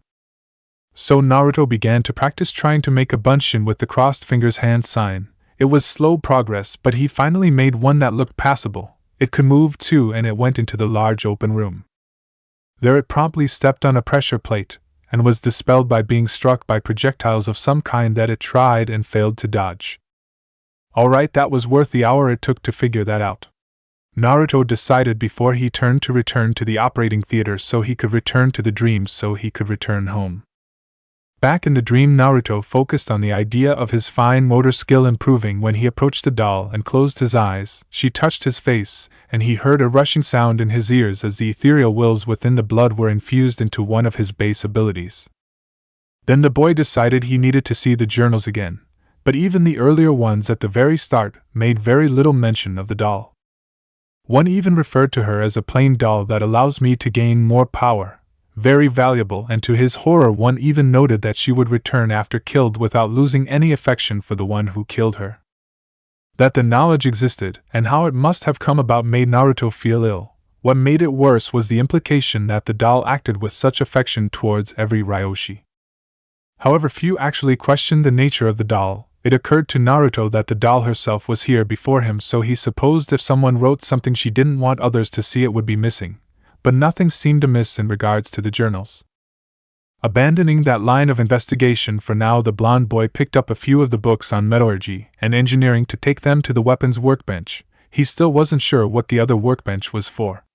As he began reading, the genin became annoyed, however. What the fuck is bloodstone?